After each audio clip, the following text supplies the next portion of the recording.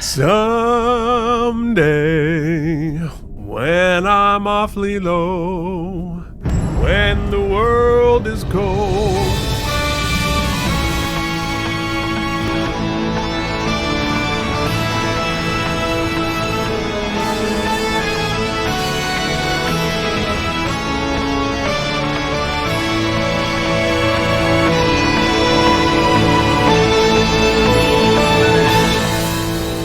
What's up, everybody? Welcome back to Keith and Mike Watch Deep Space Nine. Today we are talking about the series finale.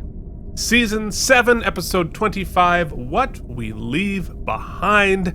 It is the series finale of Deep Space Nine, but it's not the series finale for us, because we like to go out with a bang over here at K&M, so stay tuned. We'll talk more about that later, but the big question is, Mike, you have now, with your eyeballs and earballs, seen every single piece of Star Trek Deep Space Nine. How are you feeling right in this very moment? Yeah. So, so many feelings. Right now, very double sad, because Jen, CEO, the Chancellor, is watching the episode currently, and they're in the Vic scene, so your opening actually hit me pretty good. I'm also really sick today, so I'm going to power through, just like Cisco. You know, sometimes when you're at the end, no matter how you feel about it, you gotta see it through. So here we are. You gotta leap into the fire caves, and if that is not what an episode of Us is, that's why we're releasing a couple days late to give Mike some fighting chance to be a functioning human on the show. But that is not in any way a lack of enthusiasm for what we're about to talk about. Not at all. We had one of the best streams we've ever had to watch the finale. And it was fun. Really apropos. We had 30 plus folks. Some of the free members joined us. And then, to everyone's credit, some of those free folks who joined us for the stream instantly became patrons right after, which we really appreciate, right through the end. And we had some folks who desperately wanted to be there but could not. And what is this finale if not a representation of empty chairs and empty tables? Oh, geez. And yeah, it was awesome. There is both a welling of pride within me because we saw it through. We got through the whole series with very few misses. We had some episodes that were misses, I'll tell you that. Both of us and of them. Yeah. But also it being over, and just it being over, even though it's still there, we can watch it any time. The journey is over, and there's always a sort of it's like when a show's over, Keith, and you feel that sort of, I got sick. That's what always happens. You get sad and sick. That's what happens. 100%. Yeah. No, I mean, there's a little bit of that like feeling where you did that community theater production, and both of us have done professional productions for the last 25 years, but nothing will ever feel as painful as the closing night of your like community theater production of Oklahoma when you're in high school. Yeah. Nothing more painful. No, because it's those, and they get worse. What you don't realize in the moment when you're younger and doing those shows, or I guess even when you're watching shows when you're younger, is the ephemeral nature of them. And sitcoms are TV in general was a great example of that. Saying goodbyes to a show that you loved was always very difficult. And especially this show, it's a little easier because we love it for very specific reasons. You can explain to people why you love it. It is lauded pretty much universally now, at least. But even some of the bad shows you used to watch back in the day, or some of the bad sitcoms that at the time were panned, like I loved Full House. Not everybody loved Full House. It's kind of a cheesy sitcom. But when it came to a conclusion after 8-9 seasons, you're saying goodbye to a group of people you really cared about, to a period of time of your life. And that's, both the show 20 years ago, Keith, and this show now, the past 3 years of our lives have been consequential. And so, just like Out of Practice, which was a David E. Kelley show that I think nobody watched, both the show and our show of it. Proven accurate. Yeah. Still represented a period of time that we set aside. So there's a feeling of bittersweetness, but I'm so excited to talk about it because, all that said, it was a pretty incredible episode of television. finale. Almost Yes. miraculous in a way, because there's almost no way for them to do this successfully. And I think it is 90-some% effective as not just like a satisfying conclusion of a television show, but of a really specific television show. I mean, the stakes were incredibly high. I think it's a masterpiece, but we'll get into that. But there's one last... Wait, before you get okay. to your housekeeping, I have one bit of housekeeping. I think it's important. Okay, let's hear it. Every episode of the show, 120-some episodes. 174 episodes. We have hid our mouth noises using the Deep Space Nine ambient sounds that are being stored, recreated. Don't know how they got them, but it is the YouTube channel, Chris Knife 007, CRYS Knife 007, 250,000 subscribers. This sound bed has been played. It was put up 10 years ago and has been played 60,000 times. So many of those are ours. We're like 50 of those, yeah. So thank you. I wanted to give a shout out to that channel. That's Chris Knife 007. Thanks for the sound bed. Yeah, for sure. So before we get too far into this, I want to just put this out so that while you're listening to the episode, you start having some thoughts, right? Because we are going to be doing our big, gigantic series finale of Keith and Mike Watch Deep Space Nine, and we're gonna have a whole bunch of little bits, gonna have some fun surprises and lots of nonsense. I've already started working on it, but I want your ideas for segments for us to do, questions you would like us to answer, topics you would like us to hit, whether as part of that finale or maybe as separate videos later down the road. So please send your questions you want us to, topics, ideas, pitch bits for us to do.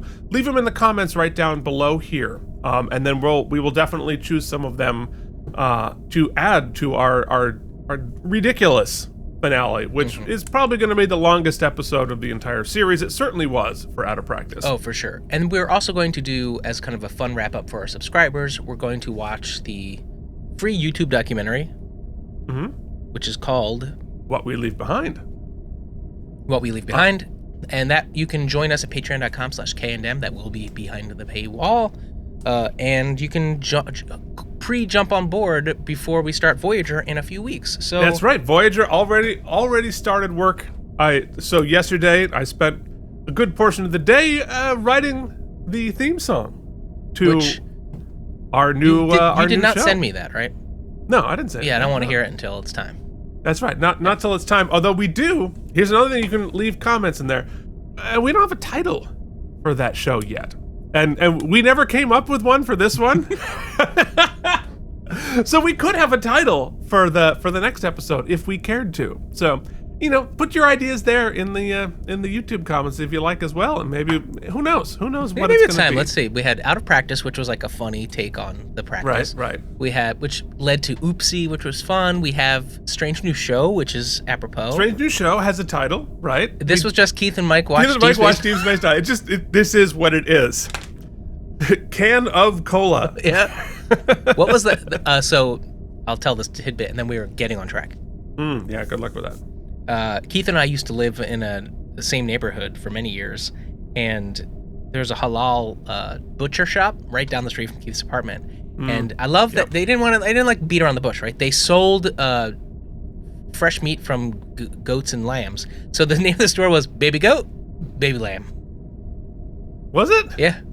Oh, You didn't know that? I used to take pictures of it all the time because I thought it was hysterical. Baby Goat, Baby Lamb.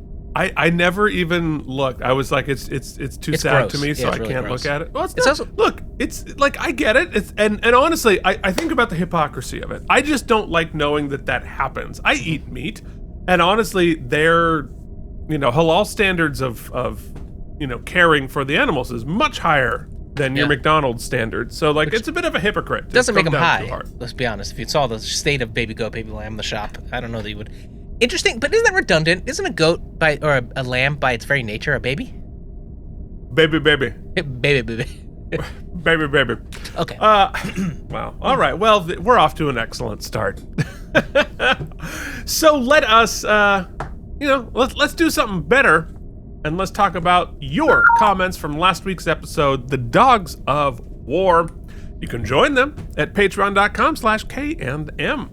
Joshua Cronin says, man, did they cross their T's and dot their I's. I love this episode. They didn't leave any open ends. Rom so deserves to be the Grand Nagus. Was so happy. Now it's time for the finale where it all ends. I'm beyond excited for you, Mike. To have been on this journey with you has been spectacular. Great idea, Keith. It's been incredible. Forcing Mike to do stuff is my favorite idea. Can't wait to hear what you think of the finale. Brian from Video Game Drive-By says, hi guys, here we are. The final Ferengi episode, and I gotta say, it's a slight letdown. Rom is perfect, no notes, but my biggest issue is that even from my first viewing, I knew Zek said Rom. I can hear it in the static. Ooh, interesting. And so, as a young future drive-by guy, I spent the beginning of this episode mostly cringing at Quark and Brunt. That's true. If you have foreknowledge, it is indeed pretty cringe. Maybe you read the subtitles, or maybe your ears are just better than mine. Yeah, I did not pick it up. Everyone else kind of felt like they were running in place to stretch out the episode so that they would have time to finish the finale. Also, why is Worf just here? Shouldn't there be some kind of consequence for his Gowron situation? I wish he'd have gotten into that deleted drunken scene in Garrick's basement. I'm really loving how Damar is becoming a real big damned hero. Also, I wholeheartedly agree with the theory that the housekeeper is Garrick's mother, Mila. Once this series is over, I hope y'all get to read or listen to the fantastic book A Stitch in Time, written and performed by Andrew Robinson. I rarely enjoy books written within the confines of TV shows, but I cannot recommend it enough. Anyways, I've rambled enough. 85 self-groveling STEM brunts. Hilarious. Well done. You know, well done. Generally, I would be honest and say I'm not going to read any of these books. However, on that recommendation alone, but the additional element of Andrew Robinson doing the audiobook performance and writing it. Oh, is that what he said? He wrote it, yes. And that particular one has been recommended many times. That one might be a good, long car ride one. I might pick that up. That could be a good one. I think Jen would enjoy that.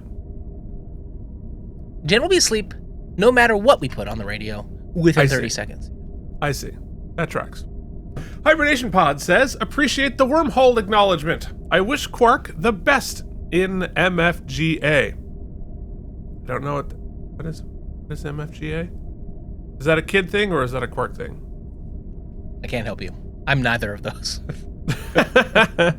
King Rom, the unsung hero who saved the Alpha Quadrant with hard to see mines.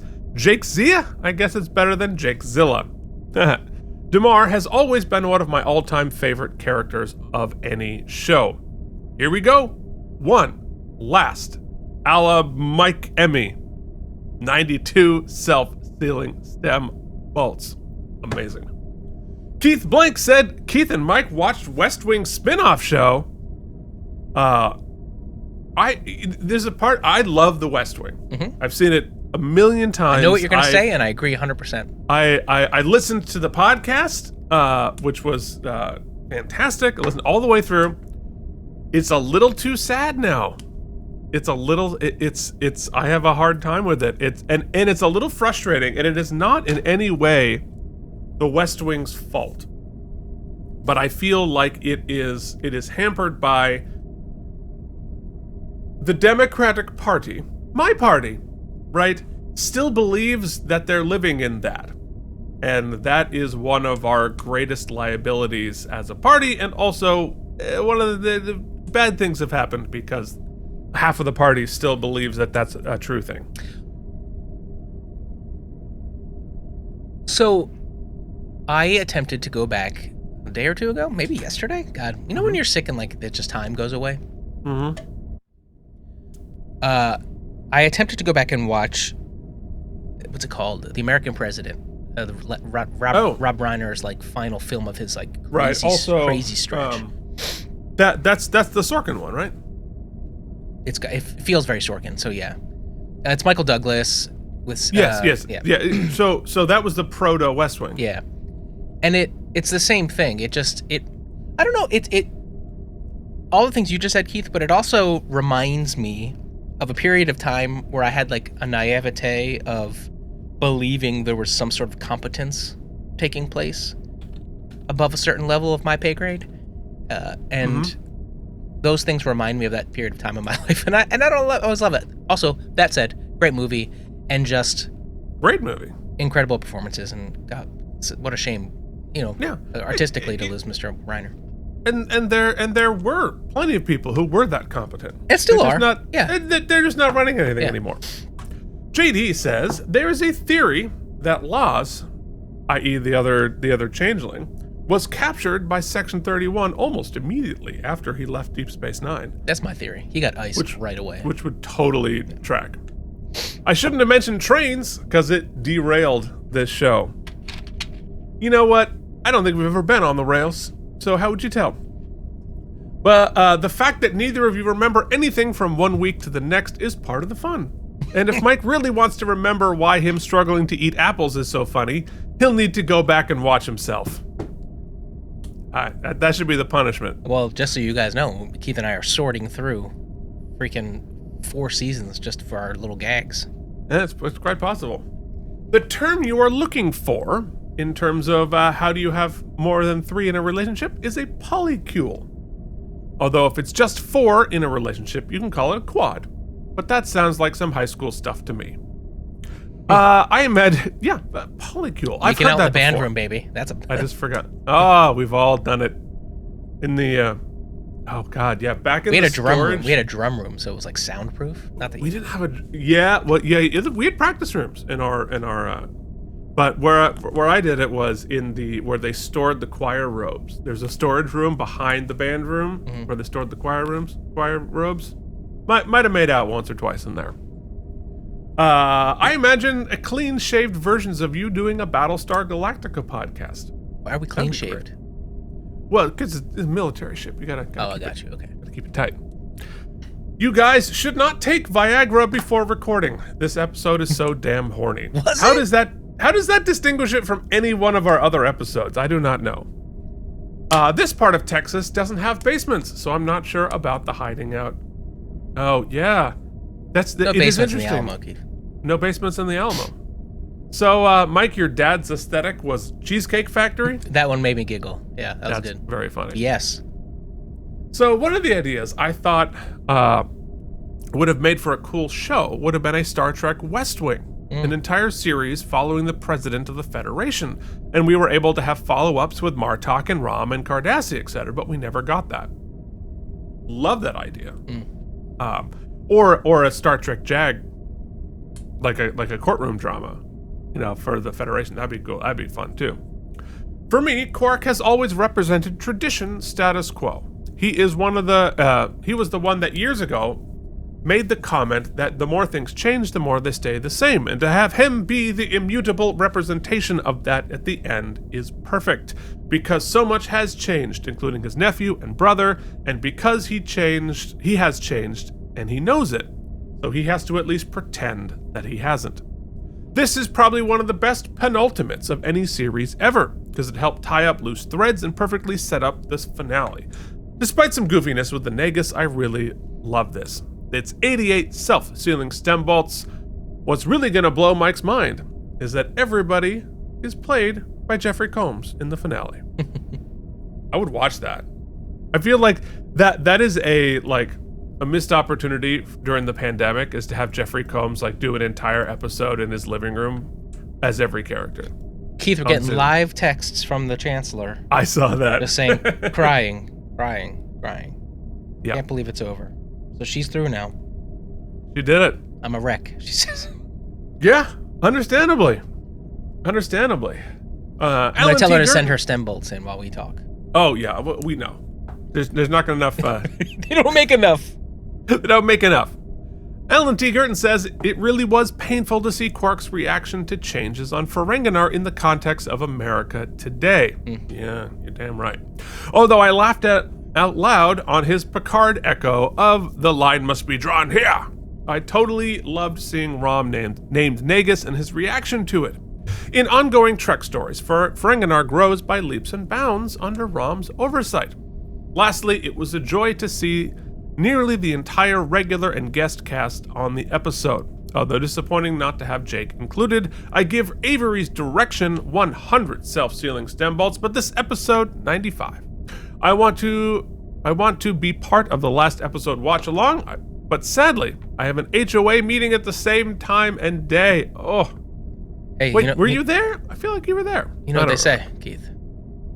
Some have responsibility thrust upon them. And that's what the HOA meeting has done to you. Sounds like you skipped it and joined us anyway, so that's more power to you. I would have a real hard time being part of an HOA. Like, I get the concept, but I think the contrarian in me would be a nightmare in an HOA. We're kind of in a golden age of my HOA right now, because when my brother the golden age of the HOA. Yeah, when my brother lived here. That is the oldest thing you have ever said in all of space and time. When my brother lived here years ago, in this development, I remember like weeks after he moved in, he changed the windows, and they weren't HOA approved to the specific brand he used, so he had to like bring a lawyer to the HOA. It was a whole thing. Oh my That's God. how specific they were. And we moved in and we just kind of like re-elected some younger leadership. And it used to be you couldn't have Christmas lights. You could have like just single candles in the windows and like a wreath and then a spotlight on the wreath, which is very classic and it's a very sort of Victorian feel around here. So I understand why. But they're sort of in this age of sort of like, don't rock the boat. So everybody this year kind of went crazy with their Christmas lights. And I got to tell you, it's wonderful. Especially when you're living in a townhome community, you need a little individuality. So I don't know what the hell I'm talking about. What am I talking about? Why are we talking about this? Oh, HOA meeting. Okay, gotcha. HOA board. Mike and Deglio. So, next up, Scalanex of Scartera. Welcome. Who I believe is a patron, but I haven't made the connection between the connections. Why do you guys do that to us? What's that? Why do you guys do that to us? Could you just go 1-to-1? I just said I'm all for individuality, but I can't keep track of the personas. Mike, do you want to set up an HOA for the patrons? Do we need like a patron hall monitor? I just got the JD's oatmeal. Oh, you just got it? No, I know he told us, but I had forgotten, and just now it's all. I do appreciate the all caps. Yeah. Yeah. Well, there it is. So, Scalanex of Scartera says the 2 R's. Scartera. I am conflicted. Keith, so horny. Why is that horny? I don't know, anytime somebody rolls their R's, it feels a little horny. Maybe to you, buddy. I am conflicted. I'm glad Sisko captained the Defiant in the series finale, but I also think it undercut the loss of the Defiant later. I agree. Agreed. I guess it makes sense if you have a new Defiant-class ship, you'd want Sisko to have it. They could have fixed it by just making some changes and upgrades, but they were out of money. It's like the movie Beer Fest, where shortly after a character dies, his twin brother shows up and undercuts the emotional moment. I was not expecting a Beer Fest reference. Yeah, I could see you using Ezri as like a replacement thing from the same series, but no, Beer Fest was necessary. Beer Fest. Yeah. Have I seen Beer Fest? I've never even heard of Beer Fest. Yeah, I think it's like one of those like mid-2000s like raunchy American Pie sort of a dealies. Okay. But I remember, maybe I saw it, thought it was funny. I don't remember. Anyway, maybe I'll have to watch it. Maybe that'll be my new afternoon. I just now made the connection that both Weyoun and Liquidator Brunt are shameless suck-ups. Yeah. Big overlap between those characters. I've seen Alimo do other things, but he can play other roles besides suck-ups. I like this episode a fair bit. It's nice to see the Ferengi evolve. Originally, Gene Roddenberry told the Next Generation showrunners, I want an alien race that is short. Well, the Ferengi have evolved a lot since then. 91 out of 100 self-sealing stem bolts.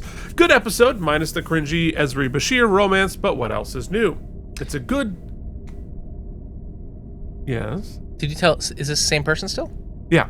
Oh, okay. I'll let you finish, then I'll come. Okay. It's a good tonally light penultimate episode before things get serious. I keep hearing that male version of the male version of the birth control pill is just on the horizon, but I'll believe it when I see it. I don't know, vasectomies are cheap and easy. Might be the get her did, because you can reverse it if you need to. Mm-hmm. It makes sense to me. Just like, shut it off, and then when it's time, you turn it back on. And lastly, Max Grodenchik said he always liked playing Rom because Rom is a better person than I am. Rom's a better person than all of us. Mm-hmm. What would you want to say, Mike? Oh, that new commenter, or maybe not new, the name, whatever, reminded me, we got a bunch of comments this week. I don't know why, but from people who are some seasons back. Oh, yes. Yeah. And just want to say, the show continues. We'll still comment. I try to remember the episodes when I comment back. And for those of you who are behind and are watching this finale in our future, still pop in the comments. Let us know what you think of the episode. And also, how's the future? Let me know. Yeah. Yeah. Time is not linear. That's the thing. You know, this is a non-linear show. So who knows? People are still listening to Out of Practice. That's right. That's right. So there you go. Just like Ben Sisko, we continue to exist. The show might be over, but we continue to exist somewhere. We might come back. Maybe in a year, maybe yesterday, maybe never. Who's to say? And lastly, we have an audio clip from Mysterious Anne and the Mysterious Household, which I have not heard yet. No, nor have I. Make sure I got the things right. Who knows? What's she going to say? And I'm about to leave in less than an hour for this massive and somewhat intimidating work trip. I'm bummed that I won't be able to join you all live for the finale, but just wanted to know that I will be looking for the recordings and listening to them very excitedly as I travel. And I'm just so grateful for you and for the patrons and the community that you've created. Thank you for being the best Star Trek podcast. I know TNC claims that, but you all are it. You're the best. Thank you for your combination of insight and thoughtfulness and hilarity. Thank you for encouraging Walter in his love of music and musical theater and giving him great advice. I'm very excited. Sally is now 12, so she has reached the age of maturity for listening to Keith and Mike, and she'll be joining us for the watch-alongs and the podcasts for Voyager. That's amazing. Have a fantastic end of your run with Deep Space Nine. Have so much fun as you close out this chapter. Congratulations and thank you so much from Mysterious Anne and the whole Mysterious household. Yeah, that means a lot. Remember before we started the show, and we're like, we'll save all of the sad stuff for the next episode, but No, I don't know. I'm gonna get through it. So it's not sad. It's happy. Yeah. It's just transitions. They're changes. Well, therapy is. We've grown so much over this season. so much. Yeah. Well, thank you for that, Appreciate and it. thank you for everybody who has sent all of your thoughts and feelings here on the YouTube. It has made our show a better show to hear from everybody, and we're incredibly grateful for listening and caring and commenting. Much more on that in our series finale, but for now, because I told Mike we got to do a regular episode. Yep, you did. We'll do all the stuff when we get there. But now it is time to get into it. Let us talk about What We Leave Behind, which aired on June 2nd, 1999. Just 3 years from the change of 3 months from the change of millennia. No, that's not right. 6 months from the change of millennia. Math. I went to music school. I can only count to 6, 8. The top song, I believe, in 4. But it was 4 Locos. It was Living la vida loca. Oh, now it's horny. The top movie was the third week at the top for Star Wars The Phantom Menace. I have to go back and watch Star Wars again. It's been a while. Mike, what was on TV? Not that anything else on TV tonight was the slightest bit important. Well, no. Keith, we talked earlier about how on the nose the name of our show was. Let's not forget the show Two Guys, a Girl, and a Pizza Place. Yeah. Pretty specific there. That was rockin' ABC. The Nanny had parts 1 and parts 2 of Maternal Affairs. 60 Minutes 2 was rockin'. Because, back then there was so much integrity they needed 2. The Essence Awards were on Fox. Dateline NBC was doing the Southwest Chief, Survivors, On Deck, and High Horse, whatever that means, the world's most amazing videos. And of course, Star Trek Voyager got out of the way by airing a repeat and Dawson's Creek and Charmed on the WB. Yeah, well, Voyager was done. Their season finale was last week. And we're going to get to that season finale in about 3 years. Hey, and I will have forgotten we ever talked about it, so. You forgot what we talked about last week. But I will prep you for this. Because, last anecdote, Keith, then we can continue. I have ChatGPT scrubbing through some of our episodes for reasons, and it brought up, erroneously, I guess an episode of Toys we had done where you looked at the Bible for Voyager? Oh, yes. Yes. And we were introduced to some of the characters. Oh, yes. And reminded that there's a character named Chakotay. Yes. So there is. How often do you think in the next 3 years we will say that an episode was, okay? I'm just prepping that joke. Folks, see, you can subscribe now ahead of time for the scintillating humor. Actually, because I was thinking, Keith, Keith and Mike watch Voyager, because we never came up with a title. Well, instead of the 100 stem bolts, as we've been doing, I've been thinking, for another job, I have to grade things on a rubric, a 5-point rubric, and I find the 5-point scale of a rubric to be to make me think a lot harder than our 100 bolt scale. So I'm pitching to you to contemplate using a 5-point rubric for our scale, for our scoring. 5 stars. Well, the problem is we're going to have 1 million ties, which I guess doesn't really matter. Well, you can point at 5. You can do points. You can do. Yeah. Well, we can. All right. Let's. And we're going to need a whole new system because obviously our currency is not going to be stem bolts. There's so much to be determined. Like so much of our bumpers, then they change and they evolve. That's kind of the fun of a show. Everything evolves. Oh, for sure. Yeah, we're gonna have new bumper, new bits. We're gonna cut some old bits. Have new bits that we cut halfway through the show, like Mike's Star Trek trivia or vocab quiz. Remember that? So many sound effects we had prepped. Oh, we tried so much harder before. Yep. All right. So you know who directed this? It was Alan Croker, who will go on to direct not 1, not 2, but 3 series finales on Star Trek. Understandably why, considering what he did with this one. It was written by Ira Stephen Bear and Hans Beimler. Of course, you gotta have the big kids come on for the finale. And, do you have the score? Do you have the composer of the episode listed? Because it's incredible. Oh, yeah. No, but, you know what? You can start looking that up. Well, I do this.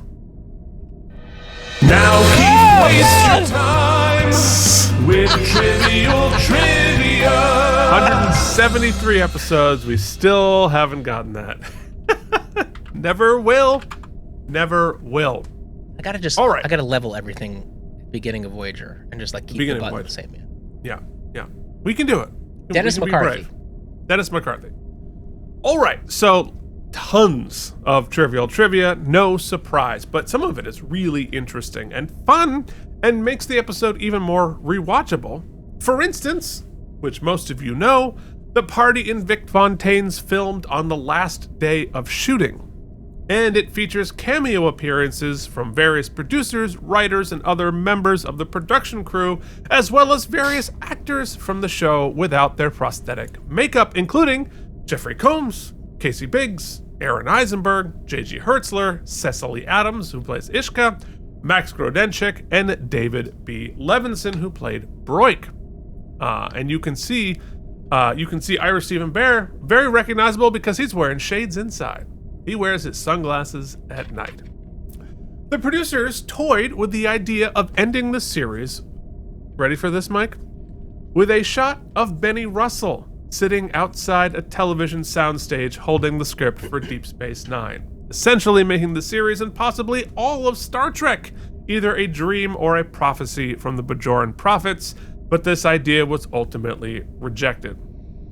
It's a amazing and fascinating thing to do, but I don't think you could. I think it was the right decision not to do it, because you're calling into question the entire universe of Star Trek, and it's more meaningful that it's real, even though that's a really interesting and fun idea.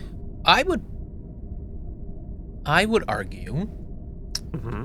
I think they've already, in the sort of other Benny episodes, given us enough ambiguity about that possibility, right? Without making a definitive say on it. And I think that ambiguity works better than, there's no reason to plant a flag one way or the other, as that would have done.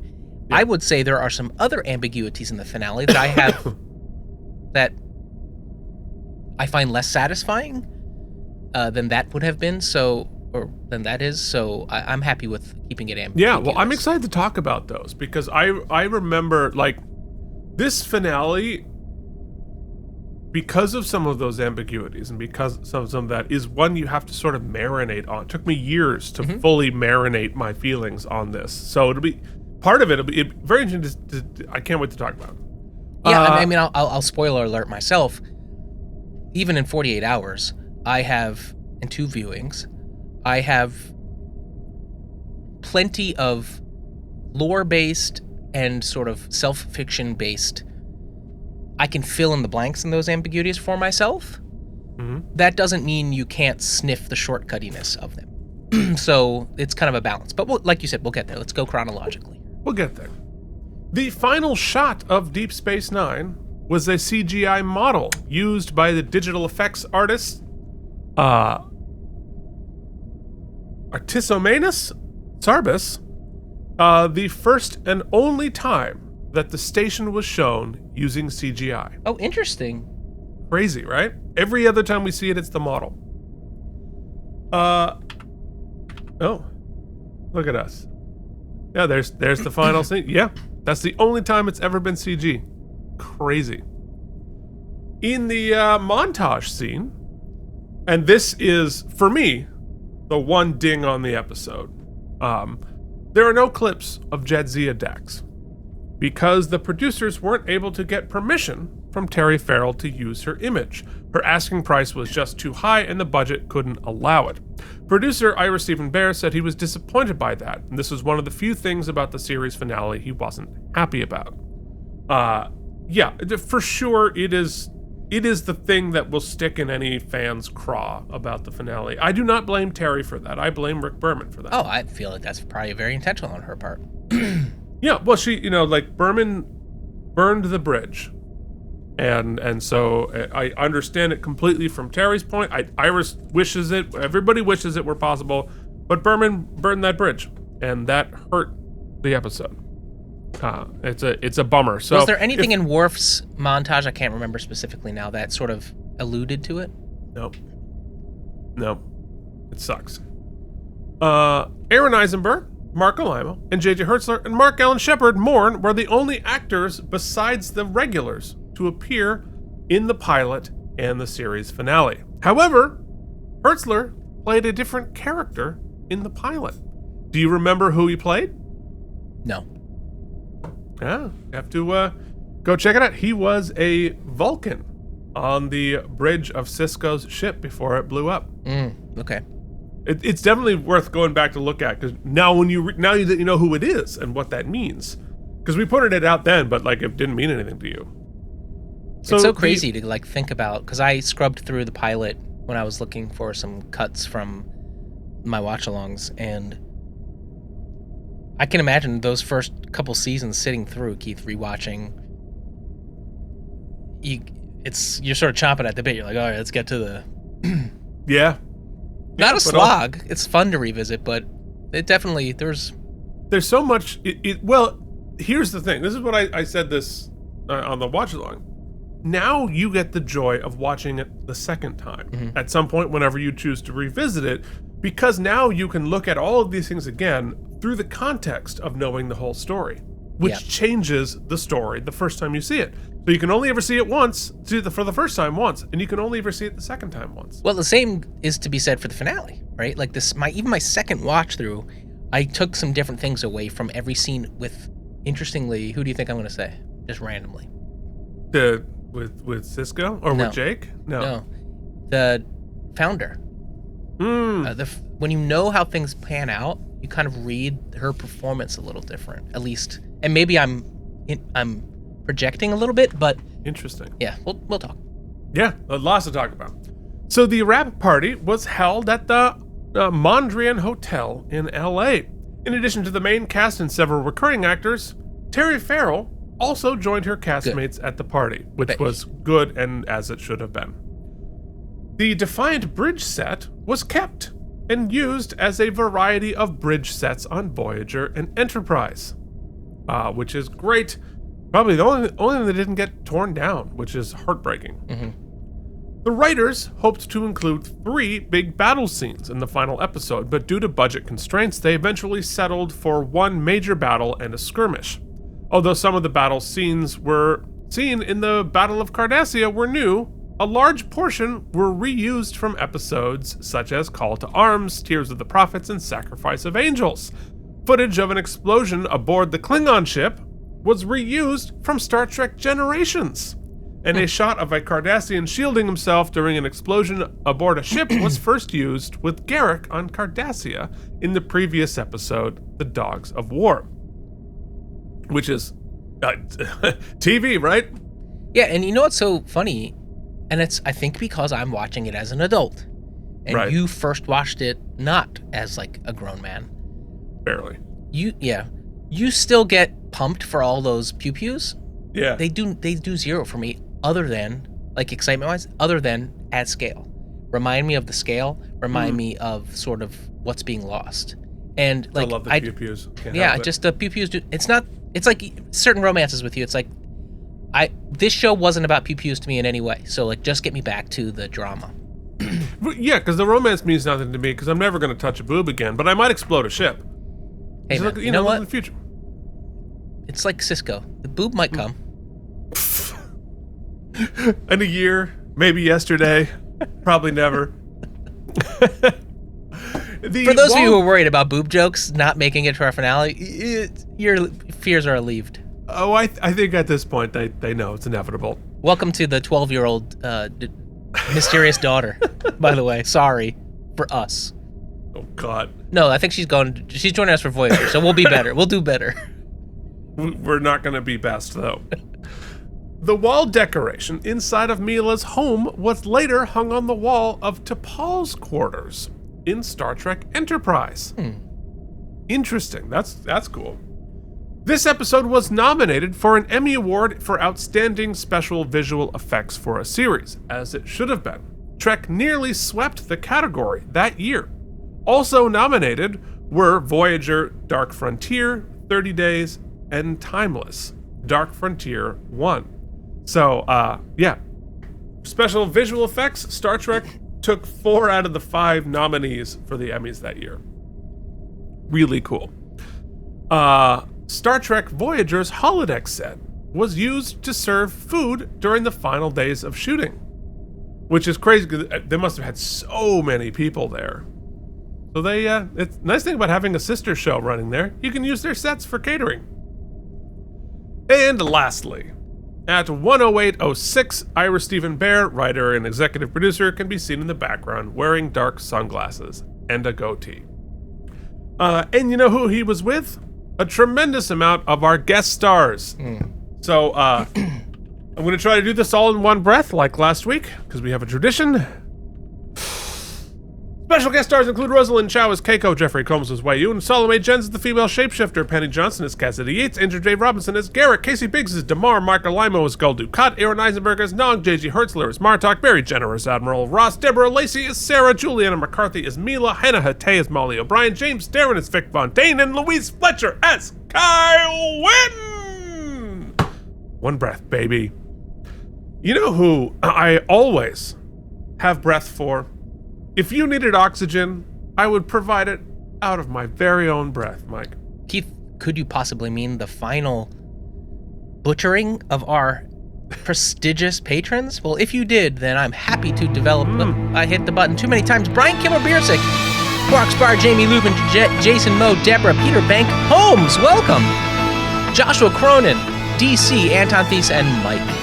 Andrew Hayes, Alan, Ann the Mysterious, Worf's Boot Shivs, Charles Babbage, John Kelly, Keith Blank, Casey Alexander, Harry Pothead, Carl Fisher, Alan Gurton, Deborah Scott, Trent, Otis Bucket, Goo Babies, Peter Howe, Lost Emu, Scott B, Merritt Neath, Byron Woosley, AI Sausage, Yum Yum, Ben B, Miles D, Jamie Rayborn, and John K. Brian from the Video Game Drive-By, Nikolai Ivanovich Lobachevsky, YouTube viewer, Hibernation Pod, Mary Holcomb, Rogue Knight, JD, Colin, Chris, Frank, Pat, Joshua, Kevin, and Justine, Engineer Maynard, Jerome Gibson, April H., James Hubbard, Sanjil, Aroha, Roboethical, welcome to the team, Yanba Chanel, Laura Morrison, Bob, NCC, Bowling for Soup, welcome to everybody.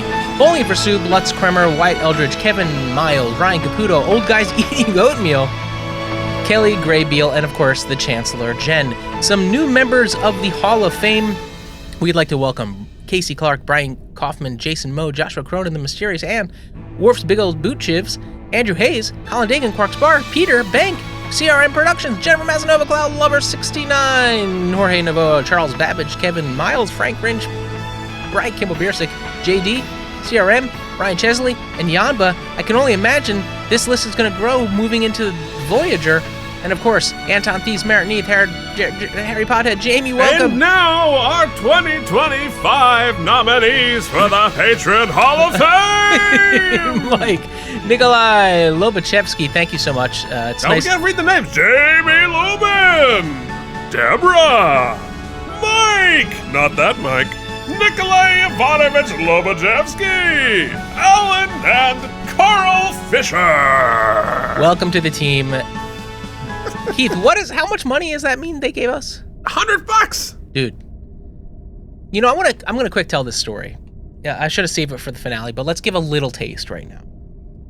So I just bought a house a year ago. You did. And to anyone who's bought a house, having been an actor their whole lives, you might know, even if you haven't been an actor, you might know that first year or two after buying a house, like, things get tight. So Jen and I were basically at one point this year straight broke. I'm not ashamed to admit it.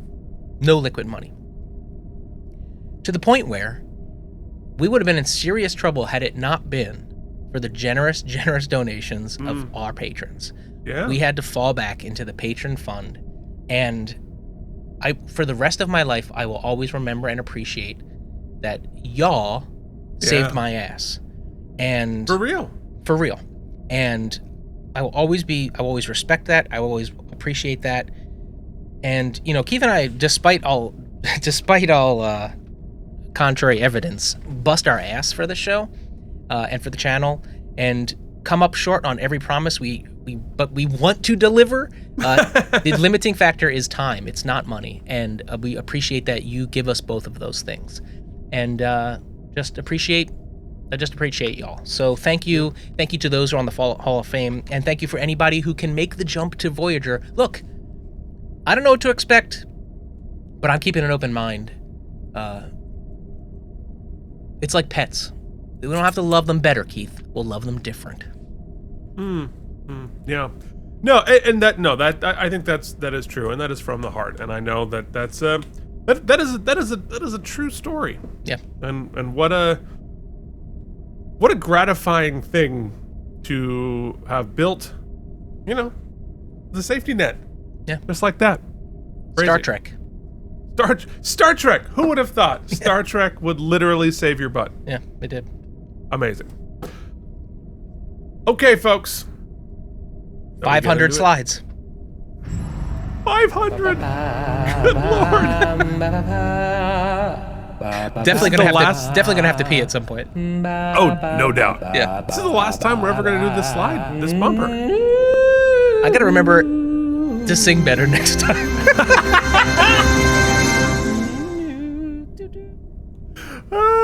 So many things to think about. You're doing. Apropos. Yeah, hold on. Ready? 3, 2, 1. That's satisfying every time. That's going to be clipped out of context. Uh-huh. I think Bashir just made that noise. Okay, folks. Here we are. Mm-hmm. We are starting with counting spots. For the OCD Bashir, out there, let's go ahead and just make Keith centered. Oh, I see. I could have done that with my camera, but That's all right. You know what? I'm already You here. do it. Oh, okay, thank you. Ooh, I feel so much better. Bashir and Ezri have finally done it! And they are happy. Mm-hmm. But they're about to go into battle. But, whew, there we go. That's how we're starting. I'm happy for them. See, at this point, because they're not just like endlessly teasing it along, this is fine. I'm fine with this. I'm happy for them. Great. Awesome. Then we check in on O'Brien. Mike gets his happy ending.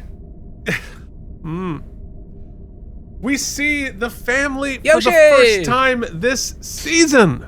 Welcome back, Keiko and Molly and Yoshi, back for the finale. Really glad to see them. A little surprised that they're still on the station in the middle of this gigantic war, but happy to see them. And weirdly, they sort of feel like they're in a place of normalcy. So O'Brien doesn't want Molly to play with his action figures because he needs JD's phenomenal suggestion of having a bucket of sacrificial figures for the kiddos. Yeah. And they discuss the fact that O'Brien has been offered a job on Earth, teaching at the academy, but he hasn't told Julian yet. And we have our first breakup of the family. Not the last. You know, as the episode was progressing, I was already formulating a reason why this bothered me. It just seemed like kind of an out of nowhere, we have to break up Julian and him as like a forced sad thing. The more I think about it, it's actually one of the most satisfying endings for me, because what has Miles been this whole time but our most grounded, us as the viewer, our most grounded human one-to-one sort of person in this grand scenario. Yes, he's a super genius, like as far as like engineering and all that, but I mean, he's been the most grounded we can relate to. He's got a very one-to-one relationship. He's got work duties and family ties and all this stuff. Yeah. And what better sort of decision for him to have to make than like be closer to my family? It's been a long-distance relationship this whole time. Yeah. On Earth, and make a sacrifice. Maybe not even sacrifice. He doesn't ever says I would rather stay. No. This is good news. And yeah, I mean, he could keep pursuing his career. Or he could kind of take an off ramp, and damn if that doesn't, in my 40s, model a lot of the decisions you have to make in life, right? It's not that you couldn't do A, it's that B maybe is the better decision, and you never thought it would be. Yeah, well, I mean, it's interesting because you have a in canon and an out of canon thing that we're working through here, right? Because he's in the military, right? And if you're part of a military family, which I'm not, but I know that you move constantly. Yeah. You're never in the same place for 10, 20 years, right? You're moving to your next assignment. You're going to the next thing. So it makes perfect sense why he would be moving on to the next thing. And you also leave the military, which he's sort of doing here. But when you do, right, you're obviously not going to be on the base in, wherever you are. You're stationed in Korea or something, which would sort of be the equivalent here. And in the arts, you're never doing a job forever. Yeah. You are always on the move. You are always changing. You are always moving on to the next gig. And so it sort of makes sense in canon and out of canon that these people would be moving forward. And it is the thing that Deep Space Nine was allowed to do because they didn't have a movie they were starting to film in 2 weeks. Yeah, Although I certainly wish they had. So next gen, things had to stay status quo because we're starting Generations next week. What I appreciate here too, and I think we can probably maybe have this recurring in our conversation, is judge whether a major plot point or major decision is made off camera, and whether that is because of truncation or is narratively stronger. In this case, obviously the decision's already made, right? He made this decision to teach off camera. We don't get to see him struggle with it. I think that is more effective in this case because it makes the focus is not on the decision. He made the decision. The focus is on simply the goodbye and how to tell Julian. And in fact, Julian's going to take it fine, whatever. They're not, but it's that just we have to live with that sort of breakup. And and we've talked about this a million times. Damned if that isn't real resonant. You just have to say goodbye to friends and friendships in your life. And as much as it's like, oh, we're going to keep in touch. We're going to, that it's different. And different. Well, Sisko's speech at the end. Yeah. Which is incredibly resonant. Yeah. But life is nothing more than a series of transitions, right? You transition through school. You're in middle school. Now you're in high school. Then you go away to college. And every time, and this is also true with family, because people move on, people die, people whatever. Any number of times, sometimes you know it, and sometimes you don't. This is the last time this group of people will all be in the room together. And it's just a series of transitions, and that is life. And I like that they're setting us up here right from the very beginning, like, prepare yourself. We are not going to reset at the end of this to status quo. Yeah, correct. And I think that it helps define a big theme of this episode, which is that that an ending isn't always final. Sometimes it's just change.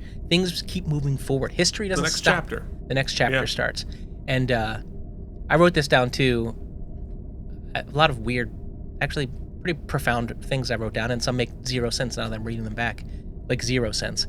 But this one stands. I wrote, the end of conflict sometimes arrives without relief. Yeah. You know what I mean? It's just because it's over, just because the conflict is over, doesn't mean you feel better all the time. Yeah, and or that it takes time to feel better. Like, even if it's like that horrible fight you had with your spouse, right? Even though you've resolved it, it's still gonna hurt for a day or two before things return to being normal. Yeah. So, bye, Keiko. Bye. So in Sisko's quarters, Cassidy is dealing with morning sickness, and she's nervous about the impending attack, obviously. Jake comes in, hey Jake, to walk Ben to the airlock. On the promenade, Odo and Worf walk to the ship. They're going to try to rescue Kira on Cardassia. So they're going to do the big attack and hopefully be able to rescue Kira in the time. Then Nog flies the Defiant into a middle of an absolutely gigantic fleet of Starfleet, Klingon, and Romulan ships headed towards Cardassia and battle. I think that's a pretty good way to end your final teaser. And, you have the last playing of the Deep Space Nine theme song, which we all sat through on the watch-along. What a banger. What a banger. In Act 1, on Cardassia, the female changeling promises the Breen that they will get control of Romulus and Earth after the war. She says the outcome of this battle will determine the outcome of the war. Either we destroy their invasion force, or they destroy us. There are no other options.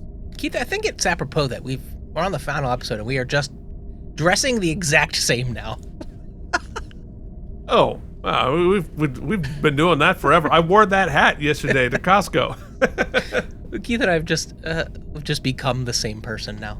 You know, they say old married couples start to look like each other. It's like them or that or you and your dog. I guess we fit in both categories. All the above, and everybody should be insulted. Yeah. So after the Breen walks away, Wei-Yun asks, what gives? I thought I'd been promised control of Earth. And she says, I'd promised the Breen the entire Alpha Quadrant if I thought it would help us win the war. Which, this is where I have the minorest of... wormholes! Nailed I was it. up a half step. Yeah, it was close. Close enough. Because this is a very strange thing to watch. No, it just proves that the Breen, great tacticians, not great listeners. Well, that's the thing. Because the Breen steps 3 feet to the right, and she's like, oh yeah, I'm totally lying to them. Mm-hmm. It's like, you'd think that they would pay closer attention, but whatever. So then the Cardassian leader comes in and tells them that Damar is alive and starting a resistance force. Well, this is news to the Dominion. On the streets of the Cardassia, a Jem'Hadar recognizes Damar and Garrick and tries to arrest him. I thought that was an opportunity missed. I thought that when they learned about Damar, they might off Wei-Yun right there. Off Wei-Yun? Yeah, because he's the one who confirmed that Damar was dead, and he did not. Oh, well, but it was secondary information. He just assumed he was dead. Yeah. But yeah. So, they are rescued. Damar and Garrick are rescued by Kira, who was following dressed as a Breen. The second time they've done the Kira dressed as a Breen gag. So, she knows what they look like, which is interesting. We never there's two addressed repeated that. beats in this finale that there's this one, and then there's the one where they are saved from certain death by resistance fighters, by Cardassian resistance fighters turning on the Dominion. Well, here I will. I'm gonna defend both of them, in that they make sense. I'm not saying they don't, but why Kira would of course use this guy. It's the only costume she can wear that hides her face. So why wouldn't she do it again? If it works, you keep doing it. And the same thing with the resistance. The whole point of him building up a resistance on Cardassia is to pull in more and more people, and it doesn't come like a light switch, it comes in waves, and so that said, it makes sense to me. Even with my criticism, I still fell for it both times, so. Yeah, see? Yeah, there you go. You fell for it, so did the Jem'Hadar. So, they head off for a meeting, and that we find out later in the basement is a plan to sabotage the Dominion communication arrays, cutting off the fleet from the headquarters. Massively important, as we'll find out. Garrick has a sweet, for Cardassians, moment with Mila, which you know what that means. I'm getting the button ready. Yeah. She gonna be... dead as hell. So on the Defiant, Sisko, O'Brien, and Nog try to get the Defiant ready for battle, and teases Bashir about hooking up with Dax. Meanwhile, Dax checks in with how Worf is feeling. And Worf says, I am happy for you. That's a relief. But I am going to kill him. You're kidding, right? And Jadzia said I had no sense of humor. Cute. Nice little beat. That's the reference to Jadzia. That is the reference to Jadzia in this episode. So Odo and Sisko talk about Kira for a moment, but they are interrupted by a vision from the prophets. And he says, Mother, the emissary's task is nearing completion. Know this, my son, your journey's end lies not before you, but behind you. Still don't really know what that means. She calls him, interestingly, Benjamin, not emissary, which shows that the prophets, or his mother speaking for the prophets, has a different relationship with him than the prophets in general, because they would call him emissary. More personal. So back on Bajor, we check in with Wynn for the first time, who is still poring over the Kostamojan, and in strides Dukat, whose sight has been restored. She says she's been waiting for him, and it's now time to release the Paw Wraiths with his help. And he says, together we'll free the Paw Wraiths, so they can lay claim to the Celestial Temple and destroy the prophets. And the emissary, says Wynn, no. Benjamin Sisko will be dealt with by me and me alone, assuming he survives the invasion of Cardassia. Oh, he'll survive, but I promise you, he'll wish he hadn't. So our villains are back. Now, I think the restoring of Ducat's sight here, sort of having off camera, sort of shows that him losing it in the first place was a bit of a crutch for the writers. And they talked about it, that they told Wynn and Ducat's story too fast, and they ran out of story. Yeah, so it's been treading water for a while. They had to find a reason to stop the story and bring it back for the finale, and that's what the losing his sight was. Yeah, I have a pretty. I guess we can talk about it. Let's talk about it later. All right. So in Act 2, Quark is hanging out with Vic in the holosuite, and Quark is lonely. Everyone else is on the attack, and there's nobody in his bar. And Vic, always the great therapist, says, "Yeah, it's not easy to stay behind, is it? Knowing your friends are out there risking their lives. You'd think they would have it rough. You think they have it rough? They should try living my life for a day. The hospitality industry isn't for faint-hearted. And the bartender's life is a lonely one. That's right. But few people understand that. They think it's one big happy party. They forget that the person giving the party never has any fun." Fair point. But this reveals that Quark is really just nervous about his friends. Sweet. We have some nice sweet moments for Quark here. So after a really cool matte painting of the entrance to the fire caves, including some giant statues carved into the cliff sides, which I love this matte. I mean, it's clearly a matte painting, but so cool. I love the sort of archaeological, cultural stuff built into this. You know, this is. Yes, the matte paintings are an effect of their time, right? Right. However, it's like the Wizard of Oz. You can see the backdrops, right? That puts them on a soundstage, but the depth and the way they're used and the color, the effect works.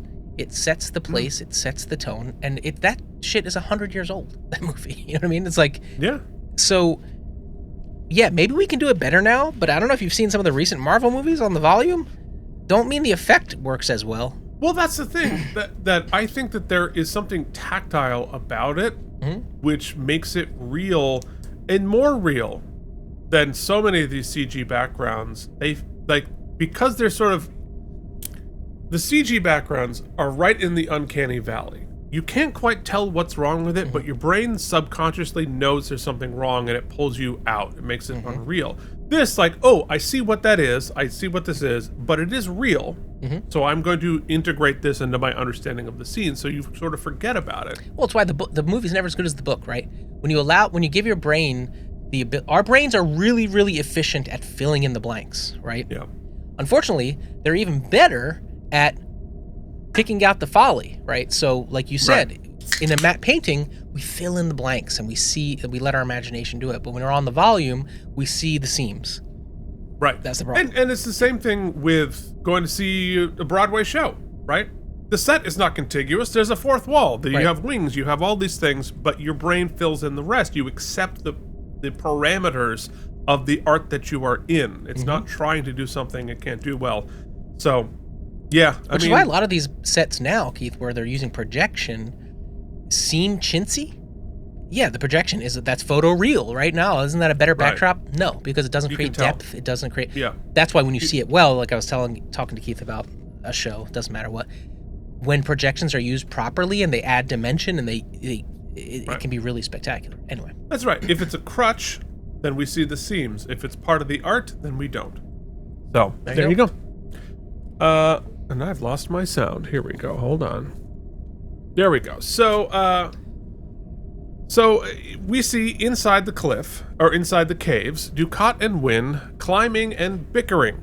The love connection seems to have fallen off. Back in the Dominion headquarters, Weyoun notices that there's a weak spot in the Dominion lines. The female changeling tells him to reinforce those lines, but they are interrupted by a power failure. The sabotage worked, and they can't get a message out. The Cardassian leader tells her that it is civilians rising up instead of Damar's military. She is furious and literally starts to choke him out, which I thought was terribly intimidating and impressive. Great performance from Salome Jens. All through this whole episode, she is fantastic. But her scariness here, and it's not just the makeup. I thought this was a very effective way of showing the escalation in her desperation and her rage, which she pretends to not have. Yeah, so we can unpack this later, but let me state my vibes. Because the first time I watched this through the end of the finale, through the lens of her as a ruthless, bloodthirsty despot. Because we've kind of set that up in a way. Mm-hmm. Especially in some of the choices she's about to make. Right. The second time I watched it, which is subtle, but created some narrative differences for me, I watched through the lens of her as a leader whose actual objective is not bloodthirst, it is protecting mine, right? Backed into a corner with the idea of the existence of her as the victims of genocide, right? Trying a last-ditch effort to somehow strategize a way out for her people, right? And it changes some things for me. It's subtle, but important changes, which change like a glaring wormhole to me to something I can wrestle with. Well, it's interesting. You talk about, we don't have any other examples of victims of genocide becoming the perpetrators of genocide. But I think there is a mama bear protecting her cubs viciousness to what she's doing here. That there is some, like, I'm trying to protect my own, but in that fear and desperation that she's clearly feeling, that rage is so clear as well. And I think there is a ruthlessness of I will do anything to protect my people, but also I'm mad. Yep. And I'm gonna punish people. But listen, okay, I want you to hold the mirror up to Ben Sisko in that episode where he's sitting there with a drink saying, well, here we are on the other side of the line. I'll cross the line as many times as I need to win the war. And just last week, when given the opportunity to not be complicit in genocide, he's chosen and continues to choose to be party to it. So no, for sure. But I think the difference between Sisko and the female changeling here is not necessarily the willingness to do it, but there is I think Sisko is feeling like desperate pragmatism, and she's feeling that and wrath. And I think there's an element of wrath in her here. Oh yeah, that is what distinguishes one side from the other. I don't know that the results would. The results may be the same thing. Yeah, but it's you're still pressing the button. But whether you're pressing the button through rage or desperation, I think there's a difference there. I don't know, if you're on the receiving end of it, whether that makes any difference whatsoever. Yes, I do not have an answer to this ethically or morally. I don't either. I've wrestled with it in life. Because I imagine if our third chair today was Gandhi, he would probably argue neither end justifies the means. True. Possibly. Well, and I don't know the answer to any of it. Yeah. It's great. It's Interesting. great. Yeah. The differences in the emotional motivation, even if the behavior is the same. And I think that's the story we're telling here. And important to note that no one is offering her, even though she seems to be very smart, any peaceful solution, right? Like her ultimate, what she believes is her ultimate weapon is that her people, despite ours, who are very brave and courageous, her people are genetically engineered to never quit. Well, and she's not getting any advice or options from anybody because she's ruling like a despot, right? They're all terrified of her. And so they've realized that giving her options beyond what they think she wants to hear is not a viable solution, like a certain other orange dying despot. Right. No longer getting any real options. Wearing the same costume. Wearing the same costume, kind of looking the same.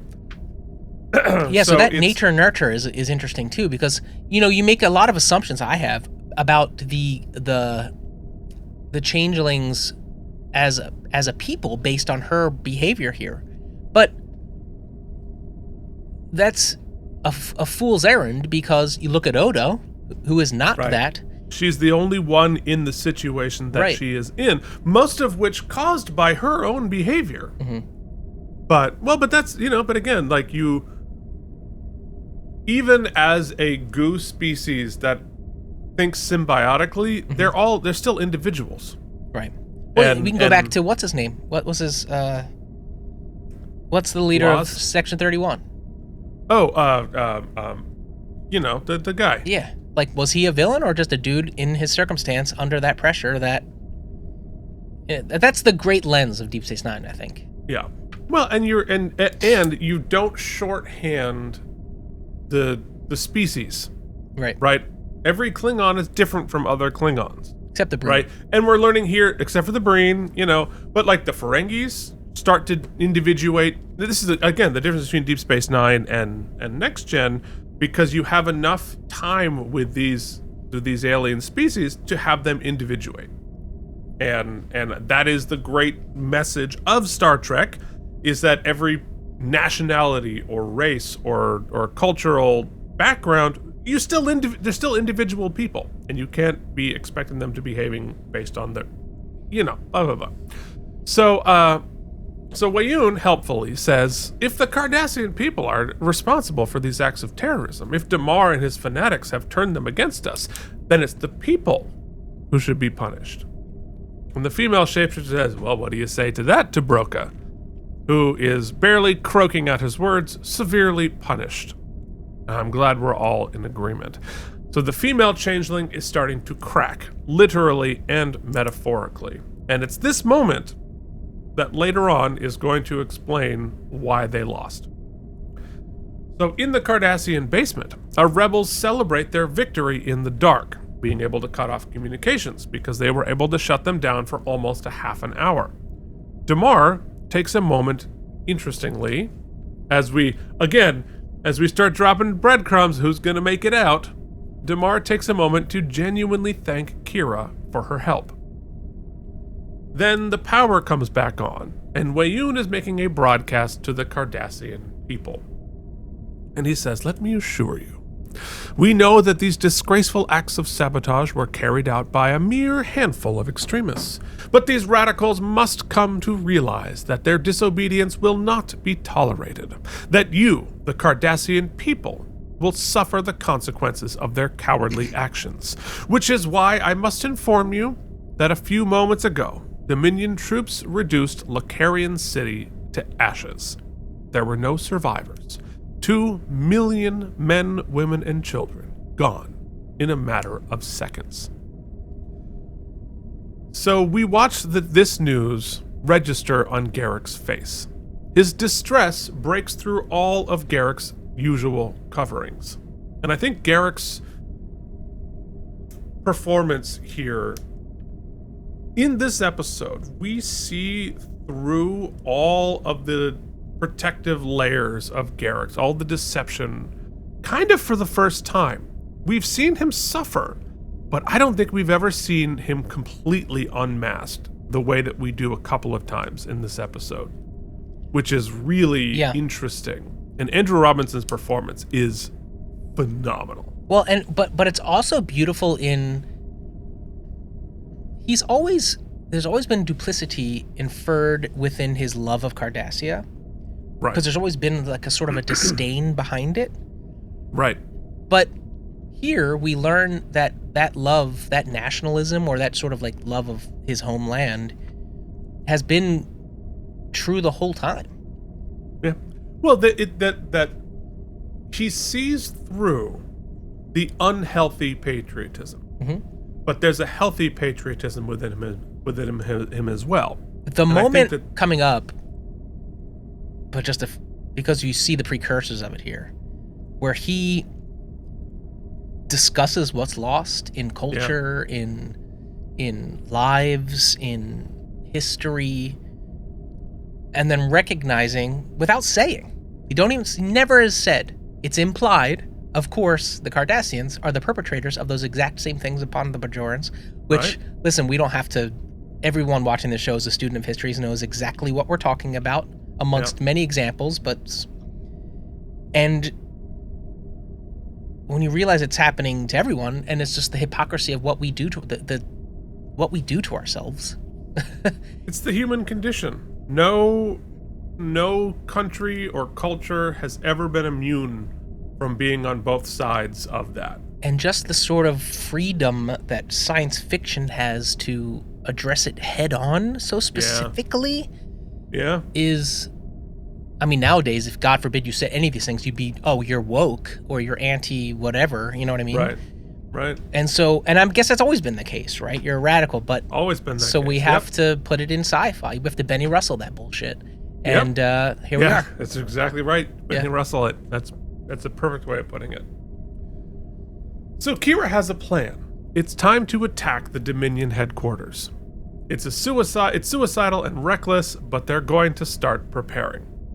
Back on the Defiant, Martok and Ross call Sisko. They plan to drink blood wine on Cardassia when the battle is done. And the battle is about to begin. And we end Act 3, Sisko to all hands. Prepare to engage the enemy. You know what I love in this scene, man? Zoom? Yeah, right. There's just so much beautiful and hard to watch prescience in this. You know, and we all talk about history repeating itself, right? That's just the secular nature of the human condition. Being stupid, basically, really, boiling it down, all the shit you learn and then just forget it instantly. Great example here, Martok. We just had all of the loss and all of the crap and all of what we had to take to get power from Gowron, who was misusing it. And then what do we see in this scene? Hubris. Right back into the cycle of hubris. He's still a Klingon. Yep. You know? Like, even watching the downfall of someone who let that run amok. No, I get it. A lot of that's just motivating and blah, blah. But I think it's pointed as well.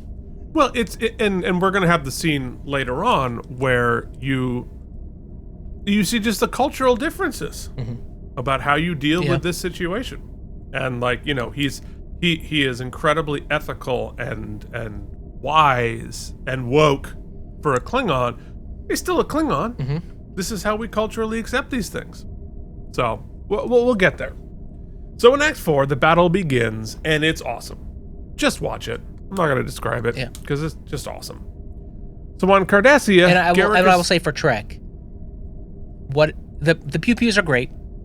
Keith has spoken to that, but what I think is Trek is often, I think, and myself included, pistached for their reaction shots. You know, if shit's getting shot, just shaking. Oh, yeah, sure. But here they're actually really well done and really effective in showing loss, in showing the sort of the human toll of what's happening during the battle. So it's Deep Space hats off, Nine and they deserve it. In particular, has really focused on that. So on Cardassia, Garrick is working on his bombs, and Mila hits on Damar, who flirts back. Awesome. And she gives an amazing reaction shot. Cardassian Golden Girls? I'm into it. It's a sweet moment, but you know what that means. The Jem'Hadar have found them, and they kill Mila. Dead as hell. Who, by the way, takes a terrific bump down the stairs. Yeah, for sure. And they take our hero's captain. Look at that screenshot. Holy crap. The battle continues. It's gigantic and exciting. The Defiant zips through as everything explodes. Bashir tries to treat O'Brien's wounded shoulder, and O'Brien decides, for some reason, that this is when to tell him that he's leaving the station. But we do get a terrific final self-sealing stem bolt reference, which I enjoyed. I felt like that was just for us. Yeah.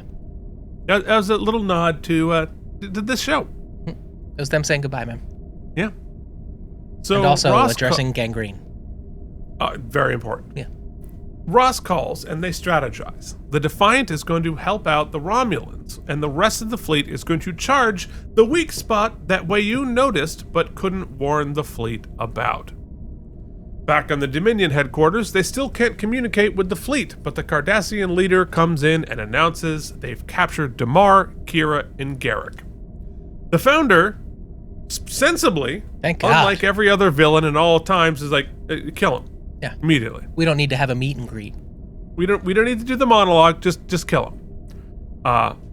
Although the propaganda effect of killing Damar publicly would have been of use to them, but probably maybe prior to dicey. him already being sort of martyrized, that Yeah. would just probably further it along. I don't think it's a risk worth taking at this point. Well, at this point, they don't have the time, or it's not. Yeah, you're right. It's not a risk. The propaganda war they've kind of lost. Well, yeah, because they're murdering everybody. Yeah. So there you go. So in Act 5, in the basement, the Jem'Hadar prepare to execute our heroes, but they are rescued by the Cardassian guards who have flipped because of the Dominion destroying Lacarian City. So, like, for me, this doesn't feel like a repeated beat, you're right. and more of an escalation. Mm-hmm. There have to be consequences. They just deleted Chicago. Yeah. That even if you were on their side for a long time, but somebody just nuked Chicago, at some point you're like, you know what? Yeah, you're right in that it doesn't feel like a repeated beat. It feels like another domino falling. And there's a difference. Exactly. Yeah. That is exactly right. And we're about to have another one. Mm-hmm. They pledge their lives to Damar. Meanwhile, the battle continues to rage and it's not going well. They need to retreat, but then they are rescued by the Cardassian ships who have flipped sides too. Again, this was much more effective when I saw it happen. Yeah, this is the biggest tactical mistake of the entire war, was going ruthless and killing the civilians. Yeah, because it changed it from like a resistance to you often thought, a sort of small little rabble group. It takes time. The Revolutionary War is a great example. It takes time for that to become a whole fighting force. So what inciting incident could we do to turn everybody at once? This is a great narrative move for them. Well, they're also being an occupied folks pretending not to be occupied. Mm-hmm. You have this sort of like long-term existential threat of like, is this democracy not quite a democracy anymore? When do I pick up the pitchforks and torches, mm-hmm. right? When is the time to take that action? And like, I know this isn't cool, but I'm not under direct threat now. Well, you nuke a city that pretty much galvanizes them. Okay, no, it's definitely time. Mm-hmm. And as a strategic, which is why when there is an authoritarian takeover, when there is a coup or whatever, they never say what it is. Mm-hmm. They always pretend, like Putin still pretends that Russia is a democracy. Right. We all know it's nonsense, but you're keeping up the pretense so that you don't give people this moment of like, oh, okay, now's the time, let's grab that pitchfork. And that was the huge strategic mistake that they made, was they made that demarcation clear. Mm-hmm. The propaganda matters. Pretending that you're still having real elections matters. Pretending that you still care about the flag and the troops and the whatever matters, because, and if people are picking up the pitchforks in 1s and 2s and 10s, you can shut that down. The only, when you do it in the millions, then you can't, no matter what weapons you have. So the battle continues to rage, and it is not going well. We need to retreat. But, we already said this. They flip side too. Yeah, we did it. So now that the Cardassian ships are on our side, this is their chance to punch through the lines and get to Cardassia. When Weyoun gets this news, it is a pants-crapping moment for the Dominion. The female changeling tells them all to retreat back to the planet. And she says we should have rid ourselves of the Cardassians at the first sign of rebellion. She arrests the Cardassian leader, presumably to be executed. And here's where I think the wrath happens. She says, I want the Cardassians exterminated. Which ones? All of them. The entire population. That's going to take some time. Then I suggest you do it at once. That got real dark. And so, right, she's afraid of being overthrown, right? I understand that part. But it is just like real dark. Exterminating an entire population. So the Dominion forces retreat, and Martok and Ross call Sisko to strategize. They have another decision to make. Contain the Dominion on Cardassia, or finish them. And Ross says, we've already lost a third of our fleet, and we must see it to that those soldiers do not die in vain, says Martok. It's 4th and goal, man. Put them away or wait for overtime. Well, it's going for 2. Yeah. You go for the tie, go for the win. And Sisko says, Admiral, with the Cardassians joining us, we have an opportunity to put an end to the war once and for all. And you're on the road. So, like sports metaphor would say you go for the tie on the road. But now you got a chance to win. You got to take it. Their quarterback is flaking to death, so. That's true. Yeah. That's true. So back on Bajor, Wynn and Dukat arrive at a cliff's edge. This is their destination. Dukat wonders, hey, where's the fire? So Wynn opens the book and speaks some magic words. And the giant cavern fills with fire. Which, for 1999 a TV budget, fire is very difficult to do with CG even today. But they did a good job. They sell it. So in Act 6, in the basement, Damar and Kira strategize when Garrick announces that the Jem'Hadar is leveling the city building by building. So they head out, but Garrick is frozen, staring at Mila's body. And he says, during all my years of exile, I imagined what it would be like to come home, maybe even to live in this house again with Mila. But now she's dead and this house is about to become a pile of rubble. My Cardassia is gone. Then fight for a new Cardassia. And he says, I have a better reason than that, Colonel. Revenge. We'll see that he gets it. In the fire caves, Wynn takes off her Kai robes and throws them into the fire. I rid myself of the prophets and shed a lifetime of hypocrisy. She then kisses Dukat, enraptured, and she takes the book and speaks more words. Meanwhile, the Federation Alliance fleet flies towards Cardassia. Sisko calls to Bashir in the sickbay. There are wounded and dead everywhere, but Ben tells him to send everyone who can still fight back to their posts. They have only 35 torpedoes left, but they prepare for battle. So they arrive at the defense perimeter. The remaining Dominion fleet is gigantic. What a really cool and intimidating shot. And here is where, if we had the money for it, we would have had our second battle. And this whole next sequence would have happened during a terrifying battle, which would have been better if we'd had the budget for it. But, sometimes these things happen. TV gonna TV. TV gonna TV. They spent a lot of money already. So, our Antifa rebels have assembled outside of the Dominion headquarters, but they realize they can't get in. The ridiculousness of it all causes them to break into hysterical laughter, which I liked this beat here. It felt like a moment of humanity in all of the excitement. Yeah. No? You weren't feeling it? It stood out a little bit to me. I don't know that it was totally effective. Both times I watched it. I get the point. I see what the point they're making is. I don't know. I'm not sold 100% on it.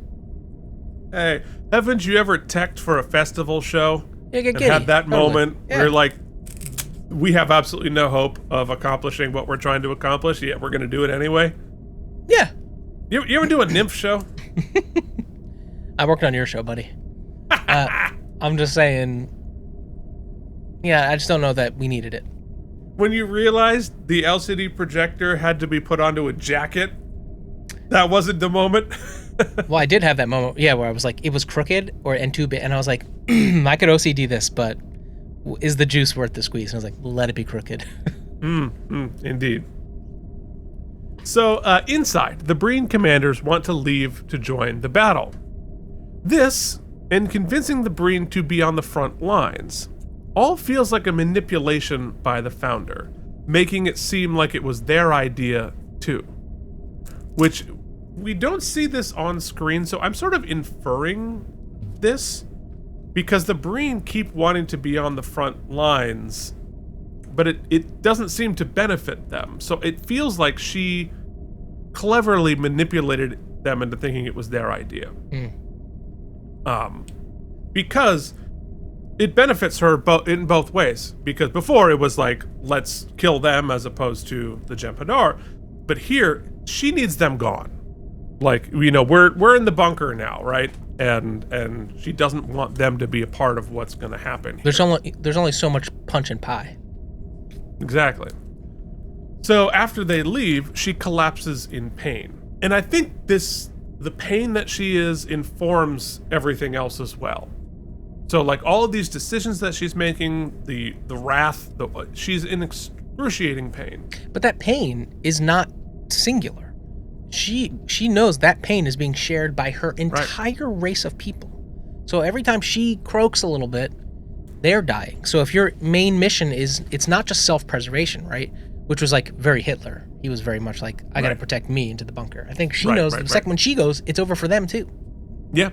Yeah, I mean, think about, you know, like, I'm like, how dare you expose wrath or whatever, but if somebody were threatening Charlie, I'd burn down the whole neighborhood in an instant. Well, a wolf in a trap is you're gonna bite. Yeah. So she collapses in pain, and Wayun says, Founder, what's wrong? I'm dying. That's what's wrong. You idiot. You idiot? Well, in the stage directions it says, isn't it obvious? Perhaps if you were to rest for a while, revert to your natural state. And she confesses, I haven't been able to change form in weeks. So hold on, time out. I didn't catch this before. Just for a moment of levity. There are practical problems when you wear contacts, colored contacts. One of them here being his one eyeball's not moving. Yeah, well, it's you got the headlights are not lined up here, which is a bummer for this scene. But she says, ironic that I'm going to die as a solid. She says, you're not going to die. You're a god. My loyal Wayun, the only solid I've ever trusted. I live only to serve you, and you've served me well. I don't mind dying, like you said. It's knowing that my entire race is dying of the same illness, and there's nothing I can do about it. She says, I would give my life to save yours. I only wish it were that simple. It's both touching and ruthless. Yeah. Like, I'd happily kill you. But she's also giving him the greatest gift that she could ever give him. And also, Jeffrey Combs gives us a real tear here. But as you said, one of his contacts is misaligned, so one eye is going in a different direction than the other one. Like, oops. Look, we've belabored the political impressions of this. But I'll play this out, not specifically, but just kind of hypothetically. We see the danger here. We see the danger currently of what happens when you surround a leader who's making consequential decisions by sycophants, right? Right. But now imagine, right, what sci-fi does here is like, what if you could take your sycophants and like clone them, right? Right. Remove the ability for even a whistleblower or like a moment of conscience, because you can just kill them off and bring in the next version. It's an interesting way to... Which is what's happening in the non-sci-fi version, but this is just the sci-fi version. It's really just really clever and so sad how little any of it mattered and lessons were learned. Yeah, there's no lesson here, just a mirror. So, Outside of the base, the cargo doors open, and the Jem'Hadar throw the Cardassian leader and his assistant out to execute them with bayonets. Yikes. Yeah. But this gives our heroes their chance. They kill the Jem'Hadar and charge into the building. The battle rages, but this is not without a price. Dead as Damar hell. is hit, and he dies in Garrick's arms. Bye, Damar. Yikes. Awesome. Yep. I think it was important that he not die in a super sacrificial heroic. way. Yeah. Right. I think it shows. Right? Just war is what happens. But his purpose has already Yep. been served. Right. That's right. That's right. So, What an arc. And a series yeah. wrap for Damar. Yeah, by the series way. wrap for Damar here. And his Holy implicit crap. trust and tacit apology to Kira is so very moving, and is mirrored in so many ways in Kira's arc, Right? who becomes in very many ways the savior of Cardassia. Right? Right. And it is literally true that Garrick and Kira, Cardassia's exile and enemy, are the ones who save it. Yeah. And here's another thing for Mike, whenever you get around to watching Deep Space Nine again, to watch Damar's arc from the beginning to the end, now knowing what it's all going to mean. And think about drunk Damar antagonizing Kira when they're occupied Deep Space Nine, Damar as Ducat's, buddy while they're, flying around on the Klingon ship. Well, and as silly as I thought the whole alcoholism angle was in the beginning, because I think they just kind of played it too broad strokey.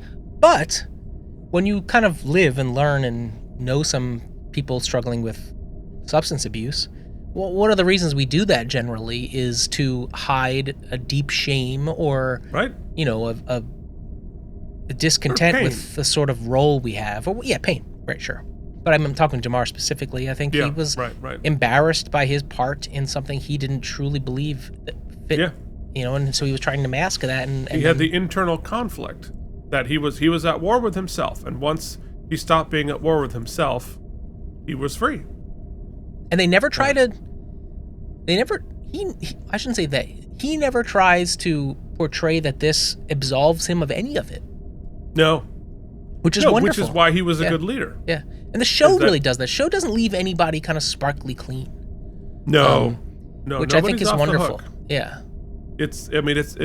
And entirely correct with the story that they've told, but very entirely correct with what Deep Space Nine is. Mm-hmm. Deep Space Nine is not an everybody's clean, No. next gen.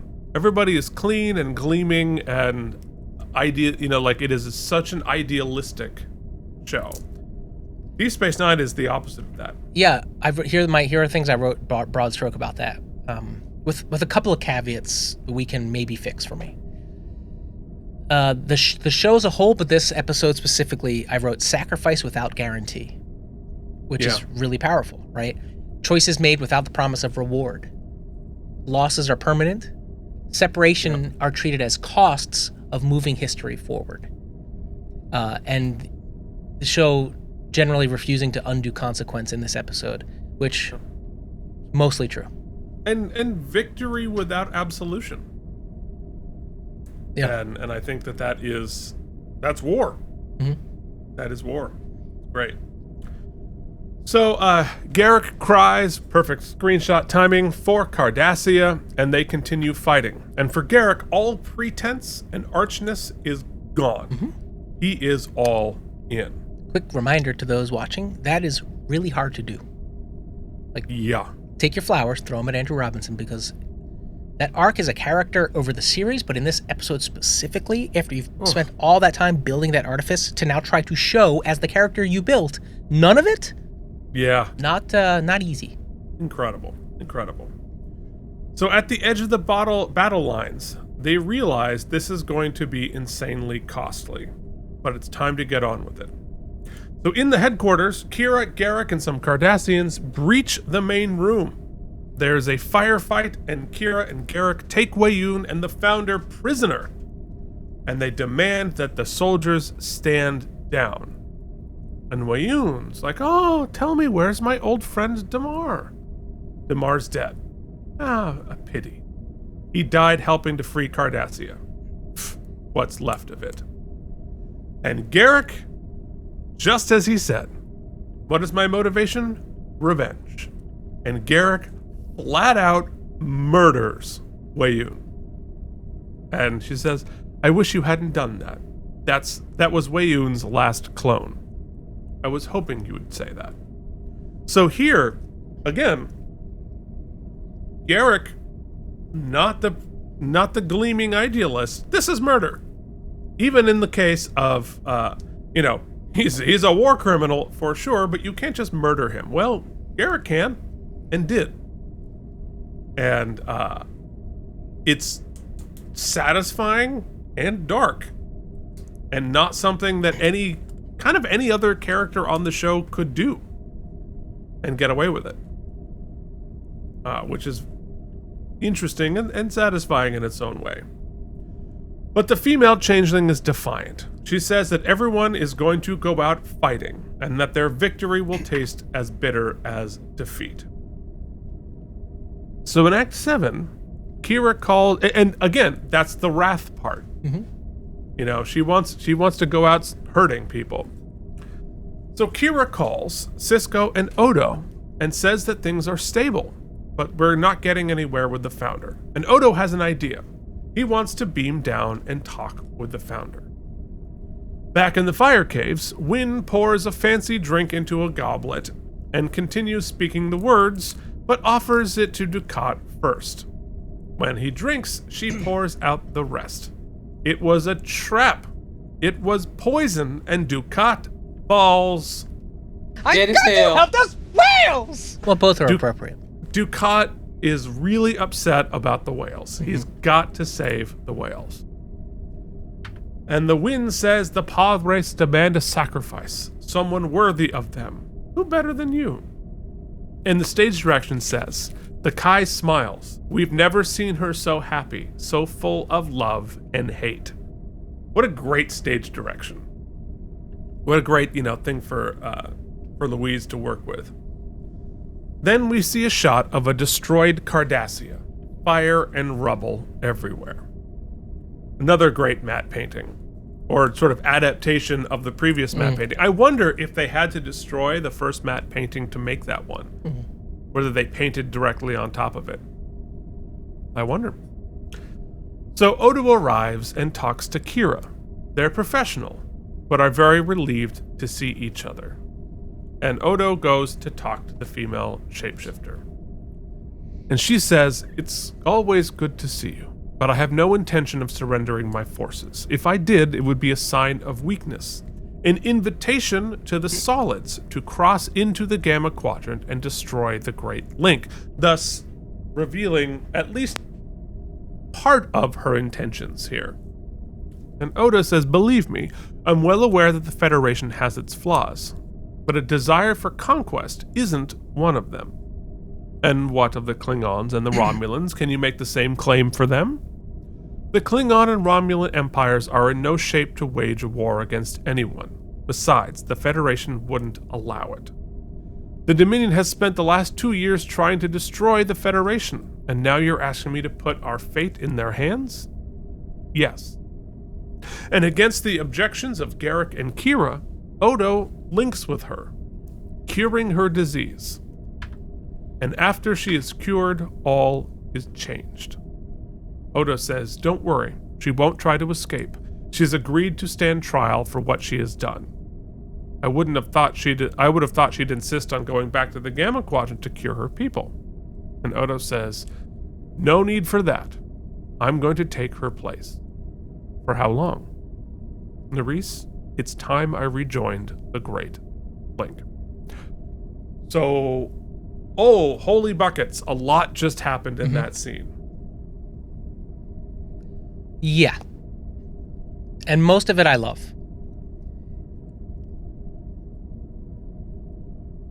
It all tracks. We've built it stone by stone. Yeah. There's just, and I think her reticence and her needing proof in order to submit, what better proof than, the Great Link, which we have shown isn't just about, isn't like a debrief. It's a freaking data Mind transfer, meld. right? It's like a mind meld. Right. So she gets to see all of the trust he's built, why he's built it, what human love feels like, compassion, all of the strategic meetings he's been a part of, all the tactical. She gets to do all that. Right. Okay. A couple of the wormholes that I would probably previously say was like, well, why didn't we do this before? Blah, blah, blah, blah, blah. But before their last link, I don't think his love for Kira was seen as a weakness because she was rebuffing him and he was seeming as weak, but that has changed now. So I can argue past all of my wormholes. I would say the narrative problem with it, not that it's not earned or justified, it's just that it happens tacitly off screen, right? Because it's implied in the meld. And that is not particularly satisfying and feels very abrupt. Once again, I don't need it to be argued. I understand what's happening in the beat. It's just very fast and very abrupt. Basically, the war we have spent 3 seasons having is resolved in an off-screen 3-second meeting. Even though we know what happens there, it doesn't make it satisfying. It does not feel particularly satisfying. Now, what's interesting is that, much like the O'Brien thing, it's kind of repeating the same thing. The resolution happens off screen. What I think this episode is dealing with, and ultimately why I'm okay with it, is that it's dealing with what is left behind. What is the repercussions of that happening, right? Mm-hmm. The Kira Odo of it, and I appreciate that. And once again, a great couple, and Kira kind of understanding. But also, we sort of like made such a big deal about promise. So this is the lingering thing. We made such a big deal about making Odo promise not to resolve the secret of the antidote, and then he just kind of does it anyway. But I guess them allowing him to beam down there is tacitly accepting that that's about what's about to happen. Well, I see what you're saying, but I don't think the story is an argument about, oh no, the Federation isn't so bad, they're not going to murder you, or whether or not he was allowed to do whatever. I think the story is Odo taking the biggest leap of the quadrant, that the solution to this is mercy. That he shows mercy on her and on her people. That he heals her without expectation. And I think that is the Star Trek story. I think that is the solution to the war is kindness. And that is the one thing that the founders cannot conceive of as an option. Kindness and mercy without expectation, without a quid pro quo, without a. And so I think that I don't know how you show it on screen, but I don't think it's a debate. I think it's that moment, where you hug the person who's screaming at you, and that is the antidote. Well, okay, I love that, but it is sort of a quid pro quo. I mean, I'm gonna go heal everybody, and you're gonna go stand trial, and we're gonna have this peace agreement. I mean, you make that is the resolution. I don't think that's the quid pro quo. I don't think it's because Odo was at no point, I'm only going to heal you if you agree to these terms. I'm only going to heal the Great Link if you do these things. I think Odo was that I am going to heal you. Now, how do we resolve this? I don't think there was ever a negotiation there. I think it was, I'm going to show you mercy. Now that I've shown you mercy, how should we solve this? That's how I read it. Well, I didn't know that. Yeah, I've always kind of thought as the Great Link is there's no sort of conversation taking place. It's just vibes, basically. It's like honest, 100% vibes. There's no lying. There's no deceit. There's no obfuscation. I don't think there's lying or deceit, but I do think there's negotiation. Because Odo says she's agreed to stand trial, which means that they had to agree on something. Yeah, I mean, I would love to have heard that conversation, but I guess we gotta get the vibes of it. I mean, no, I agree I love all the stuff you're saying, but it doesn't change the fact that it happens in 3 seconds. And that it does. It happens incredibly abruptly. And that would feel less problematic if we weren't about to resolve one of the other giant storylines in just as brief a time. But thematically, I love what it's saying, and I love how it works. Yeah, I think there could have been a way to dramatize it. It's hard to figure out what the alternative would be, because if they weren't gooing, right, you would have the person screaming and fighting and him just going in for the hug. And she's punching him in the face. And he goes let me express why I think it succeeds, because that counterpoints to something I have maybe a bone with later, a bone to pick later. Because of the resolution they come to, it justifies the relationship sacrifice that is about to be made. I do believe it's important for him to go and express to these people what he's learned and whatnot. And though he says it may not be forever, I mean, it's very one-to-one with the Sisko thing we're about to talk about. Right. The way the relationship resolves. You believe he may come back and he may not, and that Kira kind of is okay with both of those things because she sees the bigger picture. Yeah, and I think it feels much more final with Odo. Yes. And I think whether or not he comes back, their relationship is over. It does feel that way. This is a breakup. Yeah. And because he's saying, I may never come back, you need to move forward with your life now. Yeah. And I think, it's very beautiful in the Vic scene coming up. There's an understanding between them that exists. Yeah. And it's absolutely heartbreaking. But I think one of the things that's extra heartbreaking about it is how mature they handle it. It's like the breakup that doesn't include fights, doesn't include the screaming and the crying. It's just like, I get it, I respect where we're at, and we can love each other along the way. And it's the ultimate. This just isn't going to work, and we both know it. Right.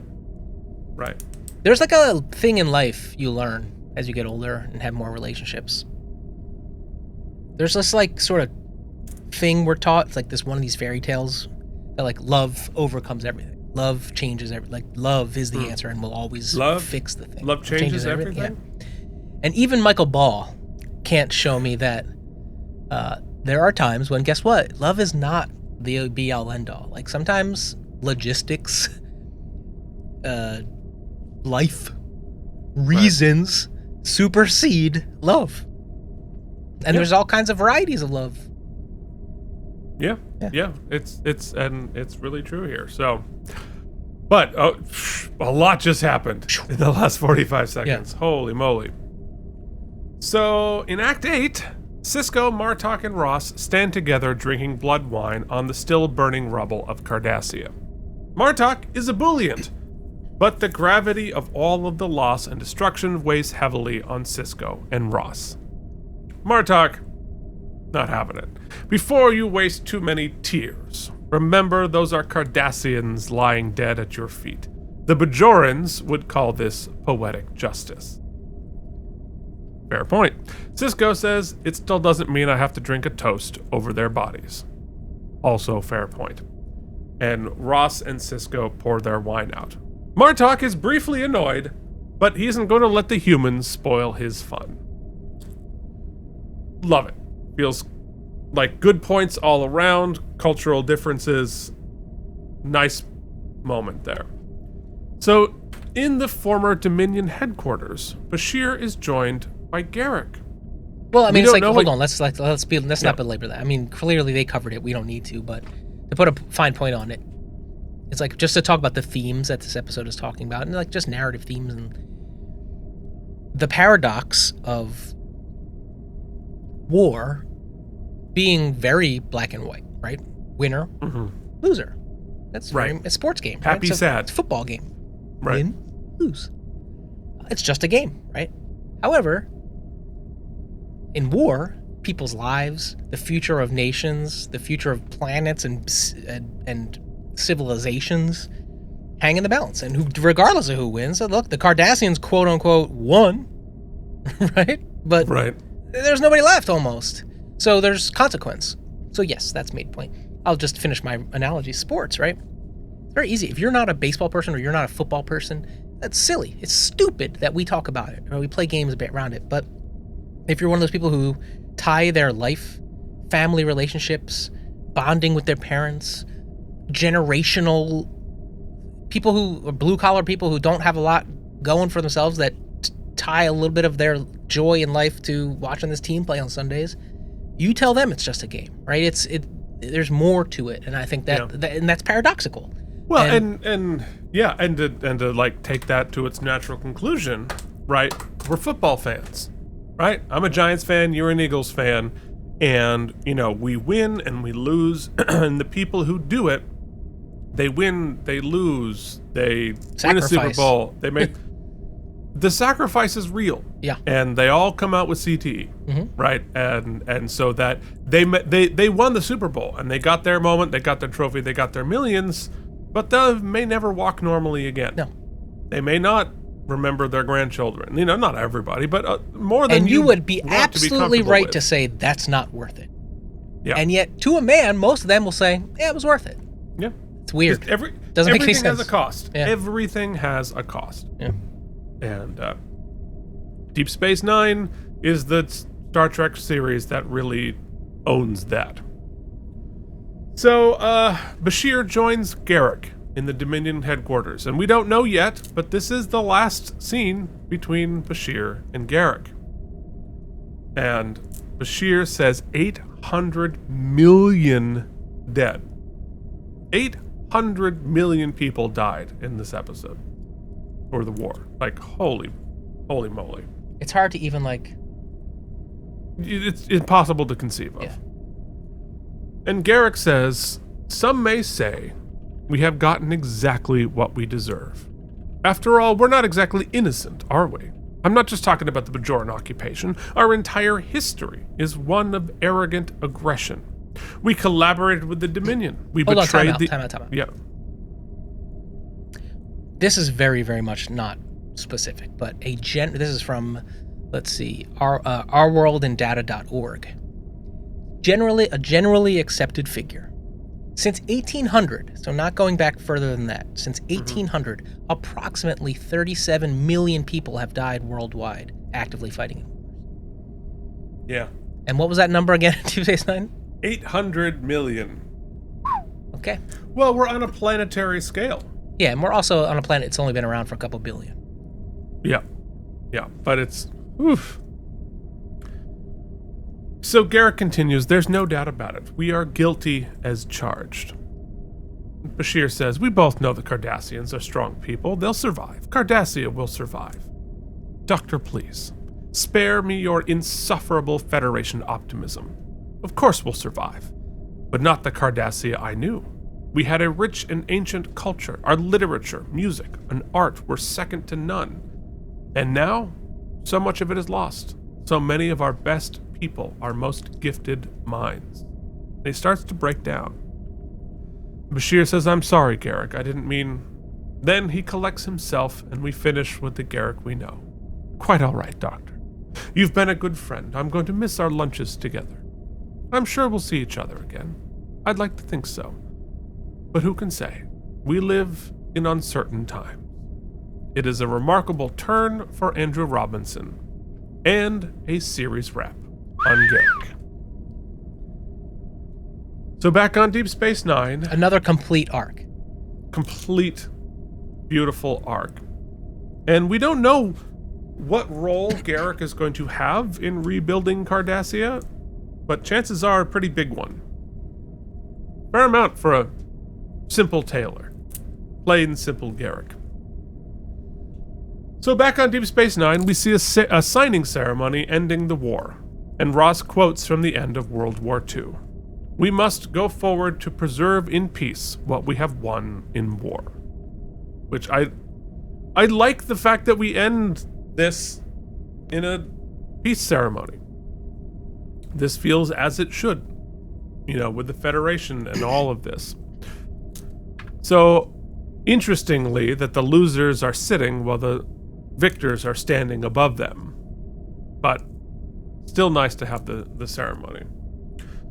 So later, Worf is pulled aside by Martok, Sisko, and Ross, and he is offered the position of being ambassador to Kronos, which he accepts.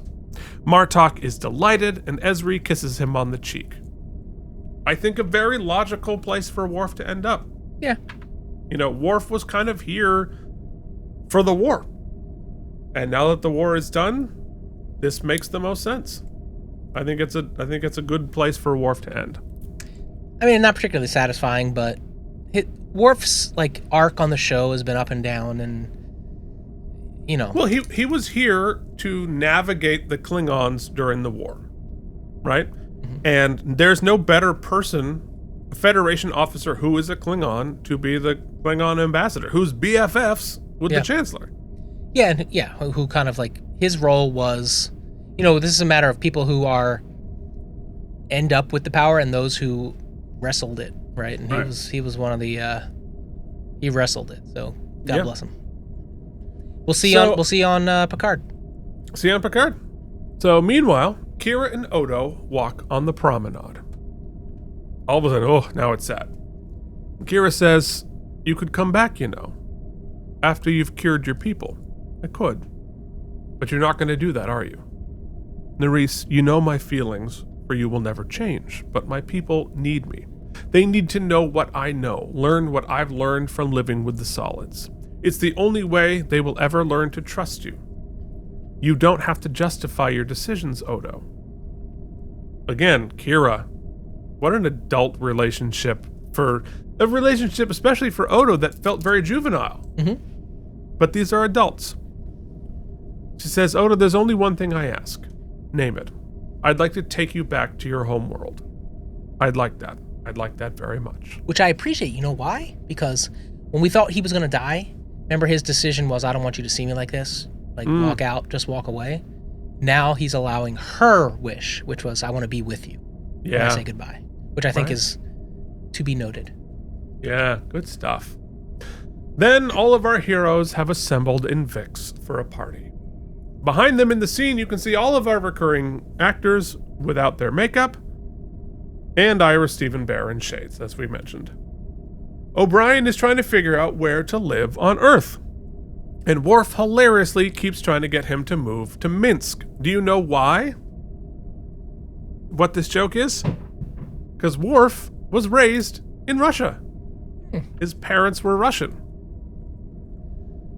And Sisko says, to the best crew any captain ever had, this may be the last night that we're all together. But no matter what the future holds, no matter how far we travel, a part of us, a very important part, will always remain here on Deep Space Nine. And at the end of filming, Ira Stephen Bear made the same speech. Vic begins to sing The Way You Look Tonight, saying goodbye to the cast one by one. This was the last day of filming, and they all had a hard time getting through this, and I can't even imagine how anybody would. But we're not done yet. Yeah, to be sure, that could have been the final scene. Could have. Yeah. But back on Bajor, seemingly days later, Wynn is still praying in the fire caves. I hope she brought snacks and a shovel, if you know what I mean. So this is my one production nit to pick. I mean, obviously, him singing the whole song, just crushing. I cry through it every single time. I think everybody does, and I don't know who wouldn't. What kind of a monster would not be crying all the way through that? But here's my nit to pick on the production of this. And it's correct in the stage directions, but I don't think the production team did a good enough job showing this, because I thought immediately, wait, this is days later.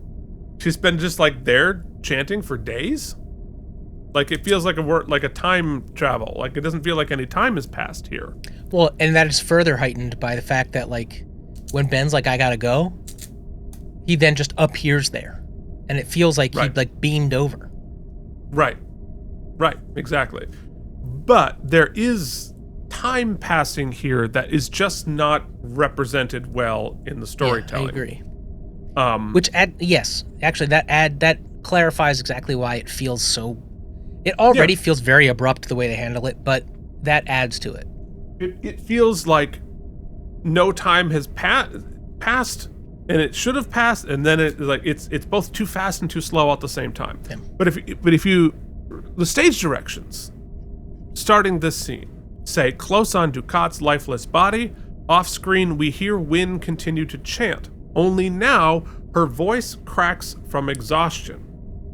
Kai Wynn is looking sweaty, disheveled, and half insane. And they could have done such a better job with the makeup to make this look like she'd been doing it for longer. Because it's really a sort of a terrifying image if we really conceive of the fact that she has been here chanting for 3-4 days. Yeah. And we just She's don't just see in her it. own excrement. Yeah, like she should be like absolutely like bombed out. Yeah. And I think there's something about somebody doing that for days on end, which is really terrifying and upsetting. And had they been able to represent that physically, I think we could have told that story and filled that wormhole a little better. And so they do it a little bit. I just think it was her robes are still clean. She's still clean. Her voice isn't like, she should be like almost half dead here. And I think that's the thing that if I had a chance to fix two things in this episode. One, putting Jadzia into the montage, and two, having that time pass visually, not just conceptually. But as she's chanting, she is abruptly zapped with fire and falls to the ground. Then Ducat's body is zapped too, and he stands up growling, restored to being full Cardassian. We knew this wasn't going to be the end of Ducat just being poisoned. Fun. So back in Vix, Ben is dancing with Cassidy when he abruptly feels called to the fire caves, and he flies there on a runabout.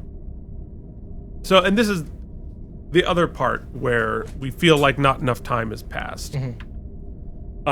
So in the caves, Ducat taunts Wynn and villain monologues about the Paw Wraiths destroying the entire universe. So again, it's a couple hours to get to Bajor. If we could somehow tell that he'd been monologuing for 2 hours, which also would have been funny, before Sisko shows up. But he senses that Sisko has arrived, holding a phaser. And now Ducat has telekinesis powers. He disarms Sisko and Ben punches him, to no effect on camera. But behind the scenes, we'll find out in the documentary, in real life, he accidentally punched him good. And they had to stop filming for days, which was not great because Avery had another thing he had to go do, but they had to go back and finish the scene because he messed him up. Oops. And Sisko says, first the Dominion, now the Paw Wraiths. You have a talent for picking the losing sides. And they argue for the one final time. And Ducat says, and who's going to stop us? I am! You can't even stand up. And Wynn says, then I'll stop you. This is another thing.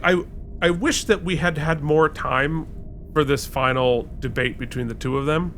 Hold on, Chancellor. Chancellor! Why don't you pop in for a sec? We're just about there.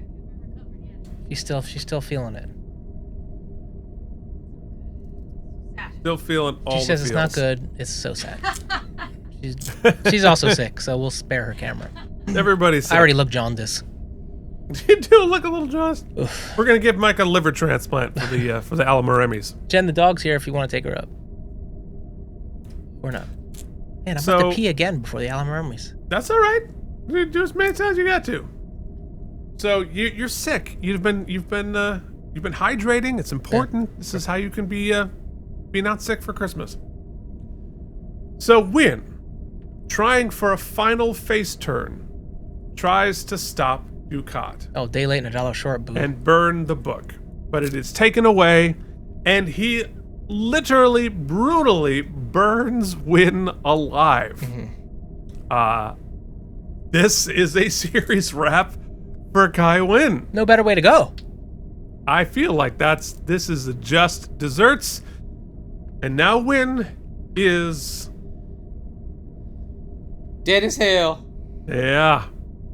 Quite literal hell, as a matter of fact. Yeah. The body count starting to rise a little bit here. So this distraction is Cisco's chance. He dives at Ducat, and they both fall into the fire and down into the deep cavern. While this happens, the book, the Costamogen, burns in Ducat's hands, trapping the Pah-wraiths and possibly Ducat in hell. And Cisco is thrown into the prophet world, where he is greeted by his mother. Now let's finish off the Ducat of it all before we get into this part here.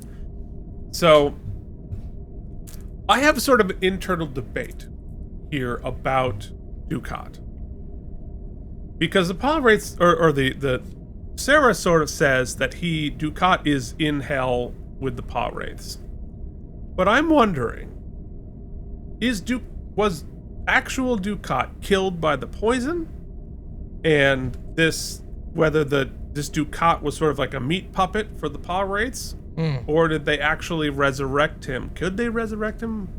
I don't know. What Does do you feel? Does it matter? Not really. I would assume that his sort of monologue towards Ben as resurrection would indicate that enough of Ducat his was actual there. Ducat was there, that he's not just a meat puppet. But yeah, I mean, we're not dealing with. They clearly have the ability to bring people up and down. They do it with Ben. So yeah, I think it's him. Which is interesting. So all of the bad guys, right?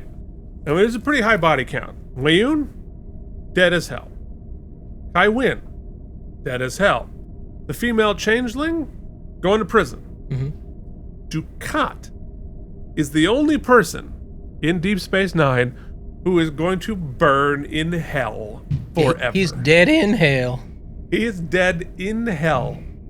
And because at the end of the day, the most villainous of all of everybody on all of Deep Space Nine, Gul Dukat. Yeah. Satisfying. But Cisco, having been pulled out of the fire caves, and his mother says the emissary has completed his task. But the Pah-wraiths, you've returned them to prison within their fire caves. The book was the key, wasn't it? To a door that can never be opened again. And Ducat, is he dead? He's where he belongs, with the Pah-wraiths.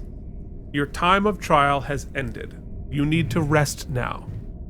And Cisco says, I intend to, as soon as I get back to Deep Space Nine. That won't be necessary. You're with us now. And in the script that I got, there was a slightly alternate beat in this moment here. And it says, just then, several figures emerge from the mists behind Sarah. They are the other prophets, taking the form of Kira, Worf, Odo, Bashir, Ezri, Martok, and Ross. Then says, you're with us now. Which I would have liked to have. Obviously, they out of time and money, I'm sure, but that would have been cool. Also would have been very Star Wars. Would have been very Star Wars. Yeah. So, in Act 9, Worf, Odo, Dax, and Bashir have assembled in the wardroom with Jake and Cassidy. They've been searching for Cisco to no avail. Cassidy knows what happened. This is the punishment. Then she is pulled into Prophet Land, where Cisco is waiting. Cisco can now pull people into Prophet Land. And we hear the music from the Visitor as they talk. Just gut-wrenching. And Cassidy says, let's go home. I can't. not now. Why not? Oh God, this is it, isn't it? The sorrow the prophets warned us about. It's difficult to explain. It isn't linear. What isn't? My life, my destiny. The prophets saved me, Cass. I'm their emissary, and they still do have a great deal for me to do.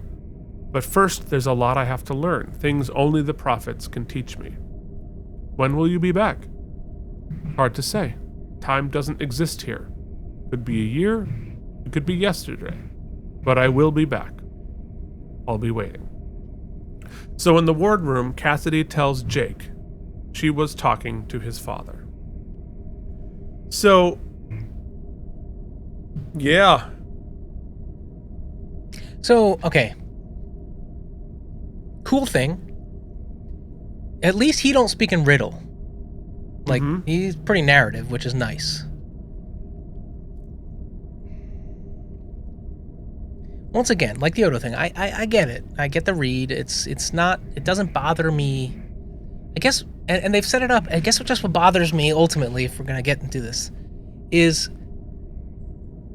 so the rest of the show is so grounded, right? And this like is, and there was great debate about the prophets and all the stuff about it not being too religious, and you could look at it like, if you look at through a religious lens, it's one story, and then if you look at them as just aliens, it's another thing. But here it seems like very much about manifest destiny, which seems very anti what the show's been about, right? Which has been about choices and consequences and such. And this, his whole arc feels very like destined, and it removes a lot of agency from him. I very much would have loved to see a version of this episode where he chooses family over it. Like, the bad guys eat themselves alive and create the death of that, and he chooses not to do his final task as the emissary and stays with, I don't know, it feels just very truncated. I don't know, I'm wrestling with it. Yeah, well, look, I'm going to be 100% here. It's taken me 20 years to, like, come to peace with this resolution for Cisco. It's a great ending for Cisco the myth, but Cisco the man, it just doesn't. Well, for me, like, I found it very unsatisfying to have him end up being a god. But 20 years later, I'm on board. And here's the agency that he had. See, there's a predestination to where he is. He is the emissary, he is outside of time, all of that kind of stuff. But I think what the difference is, he doesn't know the story. He doesn't know what's going to happen. So he's still making choices as somebody who does not know the outcome. Same thing we talked at the very beginning in the pilot. You talk about the ball hits the bat and we don't know what's going to happen. And even though the prophets have some sense of what is going to happen, Ben doesn't.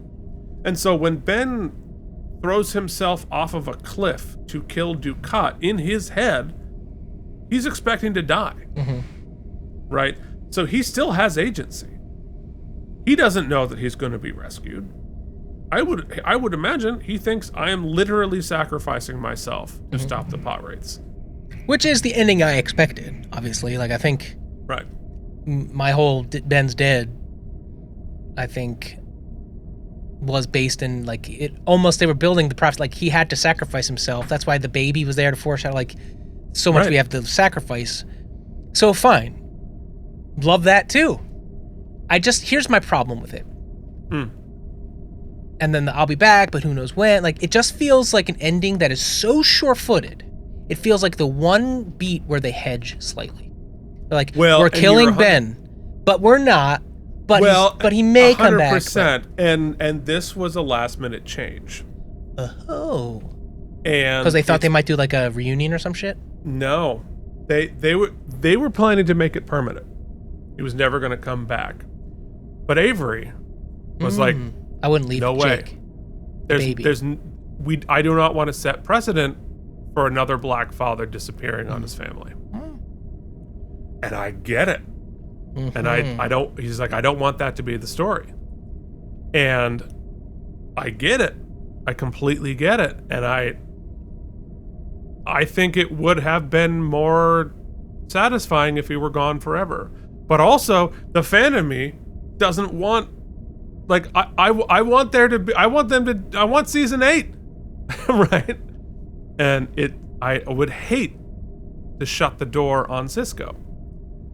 So yeah, I mean, I guess if you want to look at it through that lens, then I guess you could say that then showing that he can pull people in and out, shows that he's not really fully abandoning.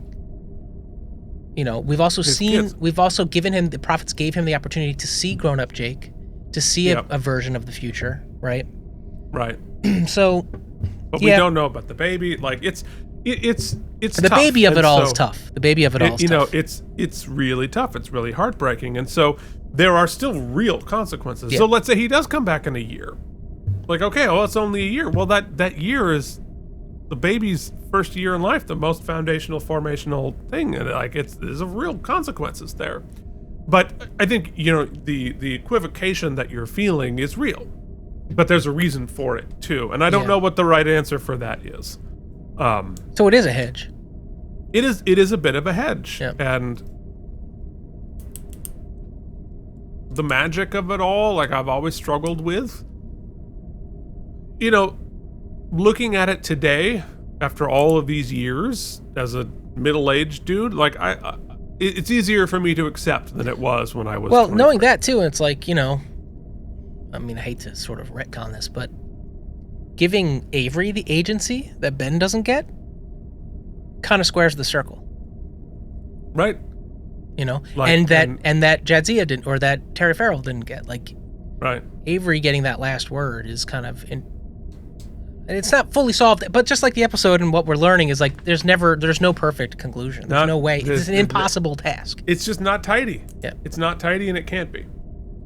And that works in our favor and works against us a couple of times. So then, get your tissues ready. We get a montage under an orchestral version of The Way You Look Tonight, mixed with clips from the entire series. O'Brien finds the missing Travis figure from the previous couple of episodes, and as he leaves his quarters the last time, we see clips of him throughout the whole series. Worf leaves with Martox and says goodbye to Dax. Odo gives Kira his bucket. Quark washes a glass wistfully. Then Cassidy comforts Jake, who stares at the model of the home his father was going to build, but now never will. And the clips of baby Jake from the pilot are especially heartbreaking. Because holy moly, there's a child. So, and lastly, Odo and like, this part just kills me. It kills me in two ways. One, the music, it's a gorgeous orchestral arrangement, moving in Deep Space Nine themes with the song. I understand it a little better now. It still sticks in my craw we don't get Jadzia. Pisses me off about the whole situation. It is a black mark on the episode and on the series, and I hate it, but I have to let it go. And lastly, Odo and Kira walk to the airlock to leave for his homeworld. He was attempting the Irish goodbye, but Quark is onto him. Quark says, "When I saw the two of you slip out of the holosuite, I said to myself, that no-good, misanthropic, cantankerous changeling is trying to sneak off the station without anyone noticing. That was the idea. Now that I'm here, isn't there something you want to say to me? Such as goodbye, you certainly were a worthy adversary, or there may be something with the words mutual respect in it? No. No, what do you mean, no? There's nothing I want to say to you. You're telling me that after all of these years, after we've all that we've been through, you're not even going to say goodbye to me? That's right." And Odo leaves. Kira says, "Don't take it so hard, Quark." Hard? What are you talking about it? That man loves me. Couldn't you see? It was written all over his back. And what a fantastic way to end that relationship. Yeah. For as questionable and argumentatively as we ended Quark's arc last week, I think they did it right this time. this is the appropriate, because he is ultimately amongst many of them, but like, I guess he's the closest to status quo from when we started, right? Yeah, he ends exactly where he started. Status quo. And he is what's left behind, and I think that relates being, in so many ways. But we see his emotional growth here, and it's pretty beautiful. Well, Quark is the soul of the station. He is the beating heart of Deep Space Nine. Everything else will change, but Quark will always be there. And I think that this end of their relationship, to say, like the best example of say I love you without saying I love you, for both of them. Yeah. And it's very clear and very satisfying. So Bashir hugs O'Brien at the airlock. They don't say anything. They don't need to. Heartbreaking as well. Then Odo and Kira arrive on the changeling planet. It's a sea of sick goo. And he tells her to say goodbye to everybody. Then puts on the full tuxedo. And she says, "What's that for?" "You always said I looked good in a tuxedo." "You do. Then that's how I want you to remember me. Goodbye, Nerys." And he walks into the goo, reaching back for her in his tuxedo. And that reach back is one of the most, images that sticks with me from this series. He melts into the goo and disappears. The Great Link is healed. I would love to watch Jen watch this last moment. It all moved me. Every bit of that moved me. But I think on the live stream you see the thing that actually pushed me over the edge was when you see the goo healing, and all of that sacrifice. Instantly, you see transform into why, right? Yeah. Yeah. And with the war, it's very difficult, and I imagine I'm blessed that no one in my family has been lost in war in service. I have friends, but I don't. Blessed, maybe not the right word. I've never. What I'm saying is I've never had to experience that emotionally, but I imagine that's so hard because that sacrifice, though, yes, protecting us is an important thing, and that's a sacrifice we can appreciate tangibly.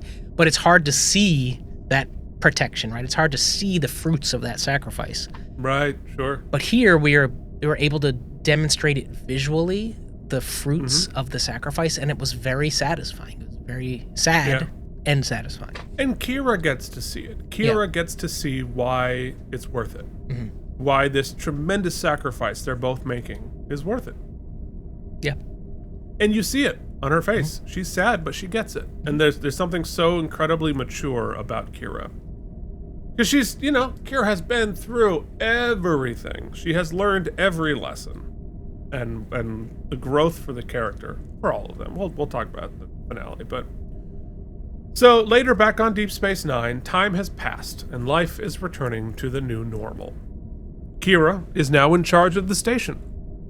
Nog has been promoted to lieutenant, a final act from Sisko. And if you missed it on the watch-along, Mike has been promoted to lieutenant as well in the field commission. We did a live ceremony on the watch-along. Yeah, it was nice. And she tells Nog to inventory the cargo bays, the same task that he proved himself to Sisko when trying to join the academy. Great little tip of the hat. Then Kira picks up Sisko's baseball. A sign. We all know what that means. So later, Ezri and Bashir walk out through the promenade. She wants to cheer him up by playing the Alamo, but he won't play without O'Brien. Of course, you don't play Madden with somebody else. But he has another historical battle where they can be annihilated. So Quark then sells some hair serum to Morn, who does not get a line, but I think they debated it, but I think it was the right call. You could argue it both ways, but I like that there is some things that say the continuity. Same. Yeah. Kira comes in and tells Quark he can't run a gambling pool. And we are returning to the new normal. And Quark says in the last lines of the entire series, "It's like I said, The more things change, the more they stay the same. And lastly, Kira spots Jake staring into the wormhole sadly, looking for his dad. She joins him, and the final image of the series is her comforting him as we pull out of the window and into space. And that is the end of Star Trek Deep Space Nine. We only have one more thing to do. This is the last time I will screech at you on this show, at least.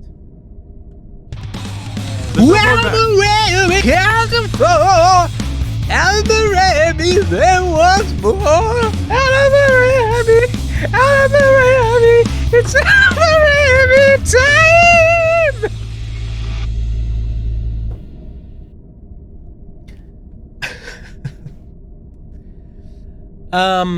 I mean, Jesus. We have a few moments to pick from here. All right, so I'm gonna give a bit of a cop out. Okay.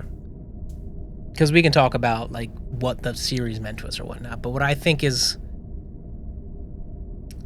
there's so much emotional stuff happening in that episode, so many scenes that just like break you down, and like important scenes. But you know, the last shot of Kira and Jake being emotional is a great scene. And so many great scenes with no dialogue. I mean, truthfully, I don't know how you argue that any scene is better than the scene at Vic's. I mean, that's clearly the sort of emotional core of the whole thing. But those last two shots, CGI or not, it's not of any of the characters. It's not of any of the emotional moments. The show isn't called Ben Sisko Emissary. It's not called Quark Says Goodbye to Odo. The show is called Deep Space Nine. And after all that station is still there, next to that wormhole, and life goes on. And so that best moment is crushed as I am, and I'm feeling all those things. I was able to collect myself because we pulled out, and we just saw the station, which is still there, still doing its thing. That giant station, tiny in the vacuum of space, which we'd never really seen it that tiny before. And it level set everything again for me. And if you want to get meta on it, and you want to go like, if you want to, for my Broadway nerds, if you want to go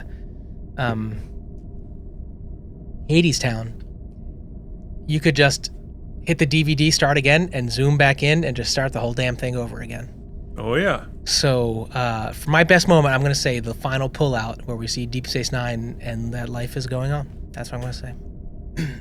It's so interesting that for an episode that's feature length, more than an hour and a half, with endless, like, incredible moments, stuff with Garrick, stuff with Odo and Kira, stuff with the battles, you know, with Wynn burning up and Ducat and Sisko and all of that, Bashir and O'Brien, the funny moments with Worf, the deaths of everybody.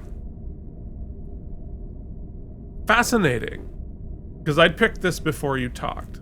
We both did the same thing? Almost. Because for me, it's not the pull away from the station, it's what we're pulling away from. For me, the final shot of Kira and Jake. Jake staring out, looking for his father. You know, dovetailing with one of the greatest episodes of all of Deep Space Nine and all of Trek. The establishment of a new family in that moment, where, you know, Kira and Jake, you know, they're not mother son, they're not anything but their family in a way that, like, in the pilot, hard to imagine that the final image we get of this show is Jake and Kira. And it's such a sad or bittersweet final image of the show, because there's hope in there, there's family, there's some repair in there, but it's also terribly sad. Well, because they're both left to wrestle with responsibilities thrust upon them, which is another core. And they both have been left by their core person. They are the two people who perhaps paid the greatest personal price in all of this. They lost their partner and their dad. And here they are in the giant emptiness of space on this giant station where half of the folks are gone. They are there to comfort each other. And there's something beautiful, like, it's sad. It's terribly sad. But I think there's something incredibly beautiful about that being the final moment of the series. And to give that to the two of them. You know, and you know, Cisco is the lead in this series, but he's not in the last 10 minutes of the episode. Right? And, you know, you've got the action star, the romantics, or whatever. It's the two of them. And there's just something, I don't know. I find it heartbreaking and poetic that is what we end on. So we both chose the last 30 seconds of the entire series, just a different 15 seconds of those two sections there. So, all right, it's time to hand out some stem bolts. But just to be clear with everybody, this is stem bolts for this episode. We are going to talk about the entire series as a whole at great length in our series finale, which will probably be in the new year, was my guess. Probably not this week, probably the week after that. Which wouldn't be the new year, but yeah. Whatever, after Christmas. Yeah. You get some stem bolts. Hell yeah, they are self-sealing. Here are some stem bolts for you. All right, buddy. The last stem bolts you will ever give out for Deep Space Nine. Well, let me know what. You get some stem. Oh man, that's funny. Okay, hold on. Let me go back to my one. I thought it's an appropriate time. We rarely use them. You know, I remember the Full House series finale. I remember the Growing Pains series finale. I remember the Golden Girls series finale. I remember the Friends series finale. So many sitcoms. Yeah, and the sitcom, they're always moving. They're always leaving the house, right? And so you get that shot of the empty set that we've seen for so many seasons, and or Dorothy walking out with her suitcase or what have you. And those are always sad because it's a goodbye. But rarely is that goodbye feeling coupled, you know, and that's the easiest shortcut because it's very meta. It's like the end of a show. It's not just the goodbye as characters. It's the actors saying goodbye to the audience and all the hoopla around that.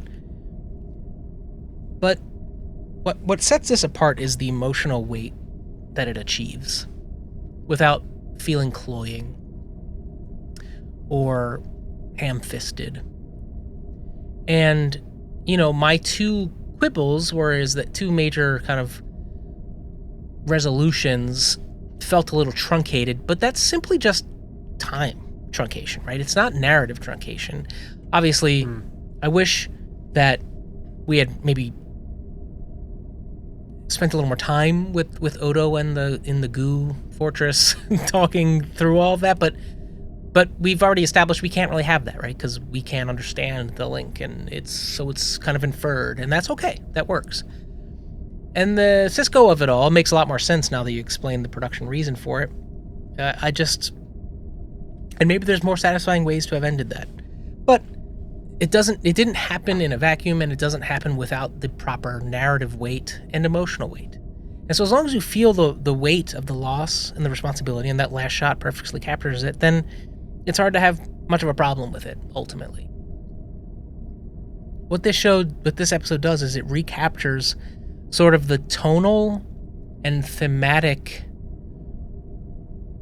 thrust of the whole series, when you really can boil it down. That's really impressive, you know. I'm really satisfied by all the endings. I feel like every character had a pretty well-rounded arc, and I'm so happy that they didn't just focus on the primary characters. You know, Damar has a really satisfying conclusion to his arc. Garrick has a really satisfying conclusion to their arc. That isn't just a conclusion, but it tells us something. It has something to say. You know, we tackled the enormity of war, loss, agency in life, Family, ethics, family, drama, morality. No easy answers. And the episode doubles down. We don't get any easy answers here. Cisco can't even tell you what the hell the prophets... We still don't even know what the prophets really need from. It wasn't just the Fire Caves thing. Clearly, there's more. We've got to rebuild. Think about it. We ended the Klingons as we knew them. Yeah. We And ended the Romulans. and the Romulans and the Cardassians. They all have new beginnings and no guarantees. I mean, I love Garrick, but if you're going to tell me that Garrick is going to play a huge part in the rebuilding of a Cardassia, I don't know if that's good for them. Yeah. Right.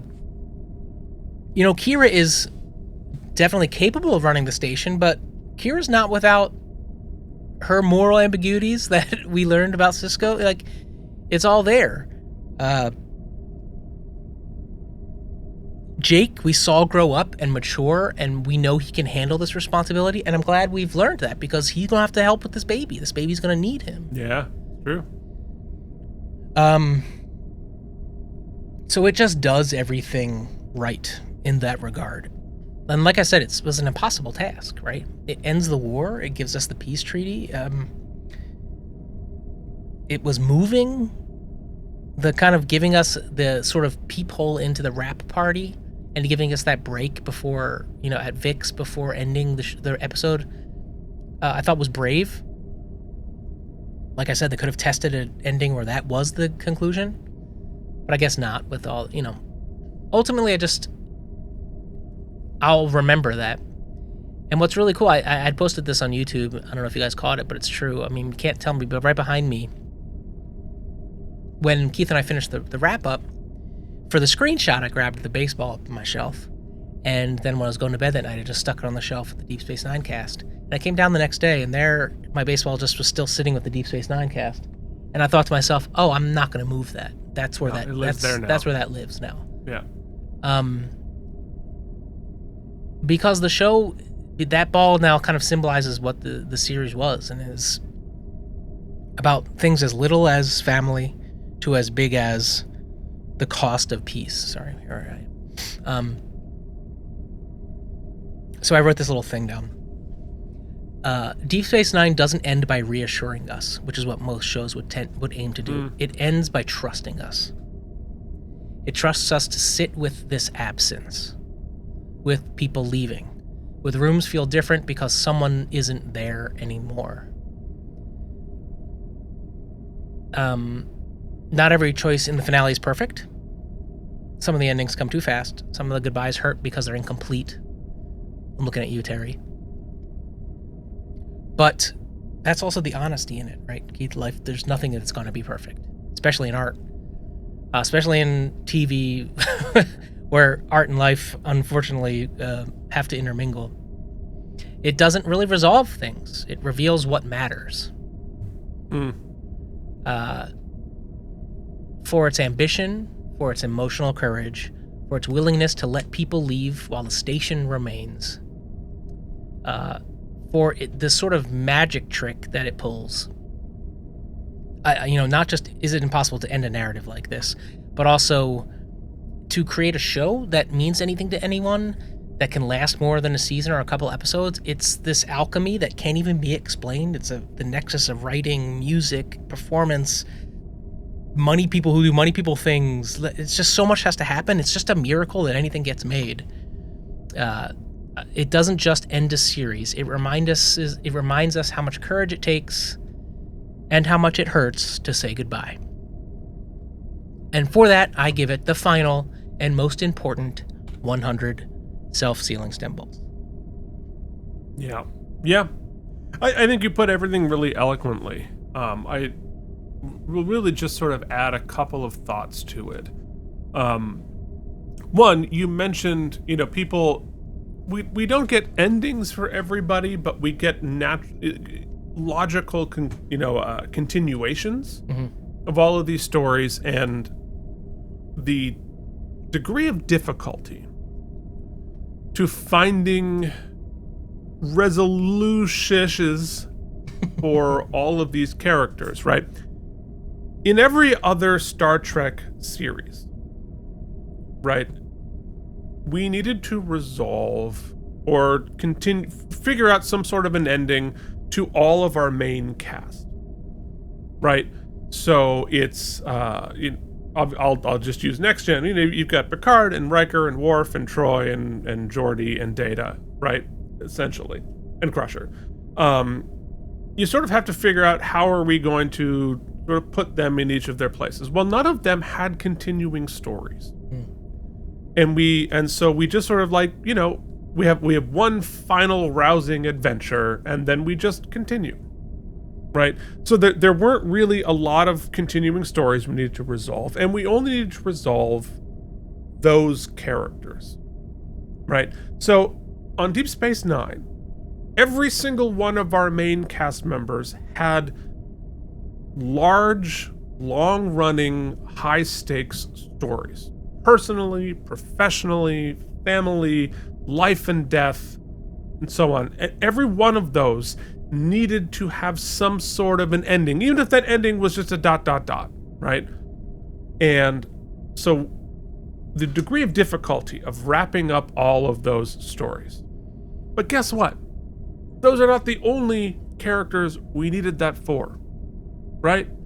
Nog, Rom, Lita, Weyoun, female shapeshifter, Cassidy Yates, Garrick, Damar, Dukat, Martok, Ross, Mila, Vic Fontaine, and Kai Wynn. Every single one of those characters needed to be addressed and needed to have their stories continued or wrapped in some fashion. The degree of difficulty to land not just this one plane, but an entire freaking fleet of planes. Yeah. All in one final, I'm not going to say episode, one final arc. Right, so this final 7-part movie that we watched, the fact that they landed all of these planes is astounding. It is astounding they were able to pull this off. Now, were they all happy endings? No. Some of them were terribly sad. Some of them were frustrating. Some of them felt unresolved intentionally, right?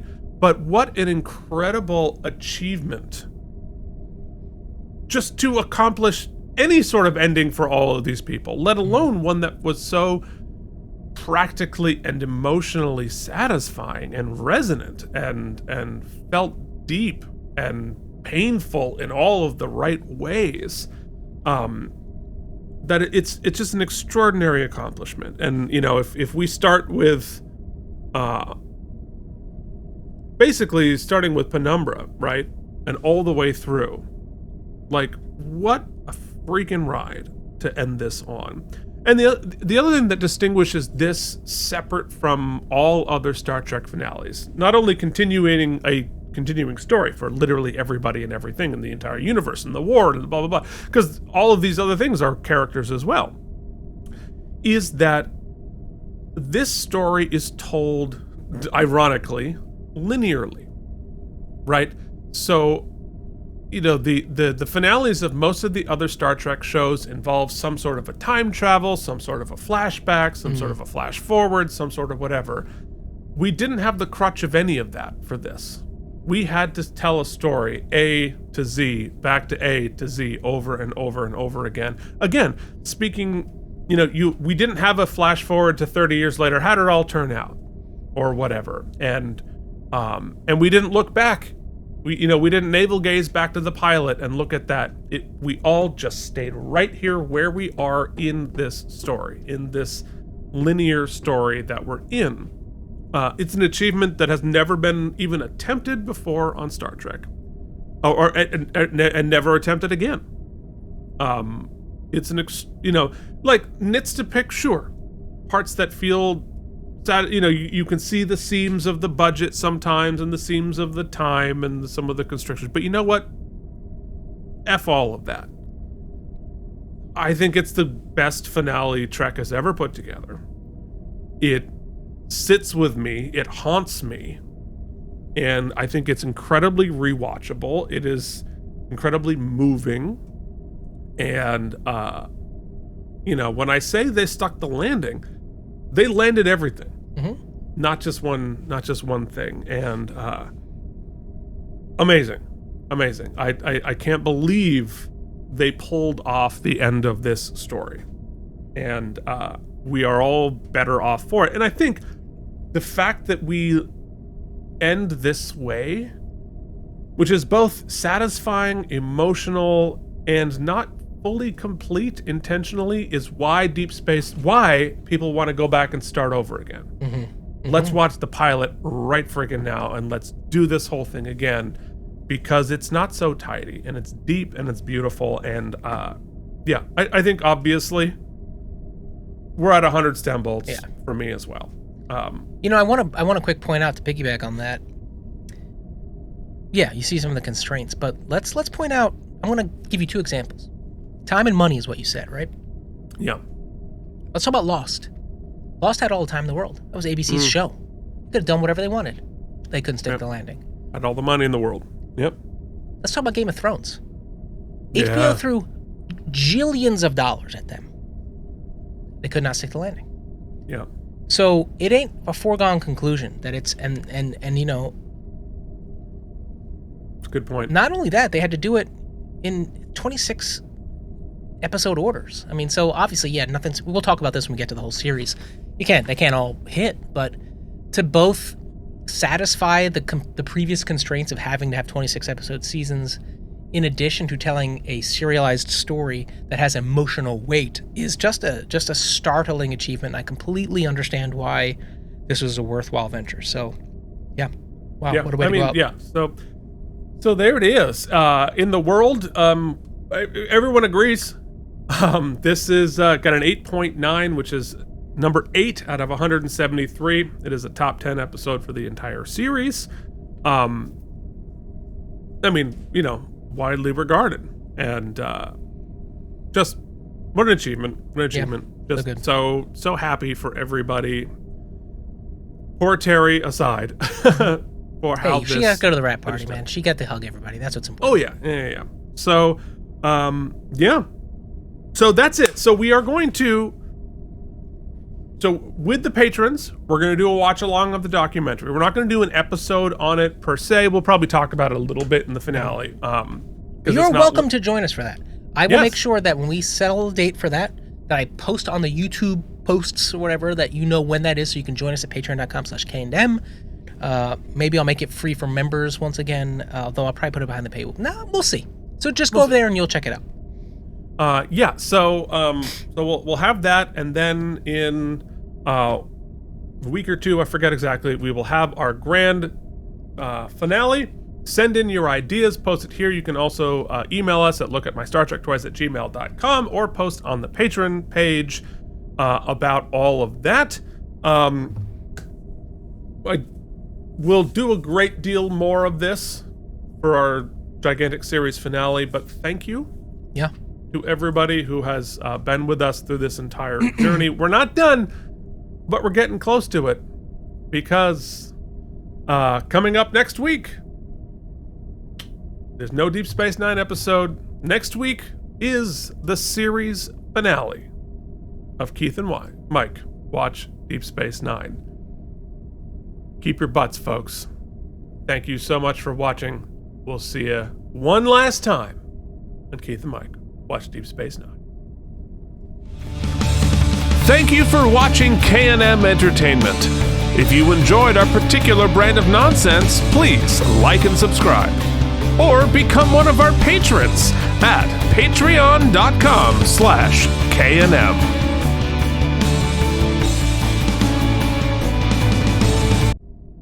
Yes. That's where we're going to take our first pee break. Okay, great. Yep. Pee break number 2. Okay. I've been drinking a lot of water. You gotta stay hydrated, buddy. Let's take our final pee break. Great. Yeah. Someday, when I'm awfully low. Don't do it. Don't do it. When the Keith, world don't do it. is cold. I'm going to have to cut him off. I can't cry I again. will Can't feel cry again. low just thinking of you. All right. It's pretty, though. And the way.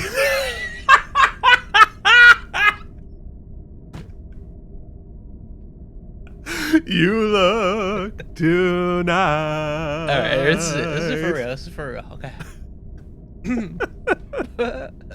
Okay. Woo!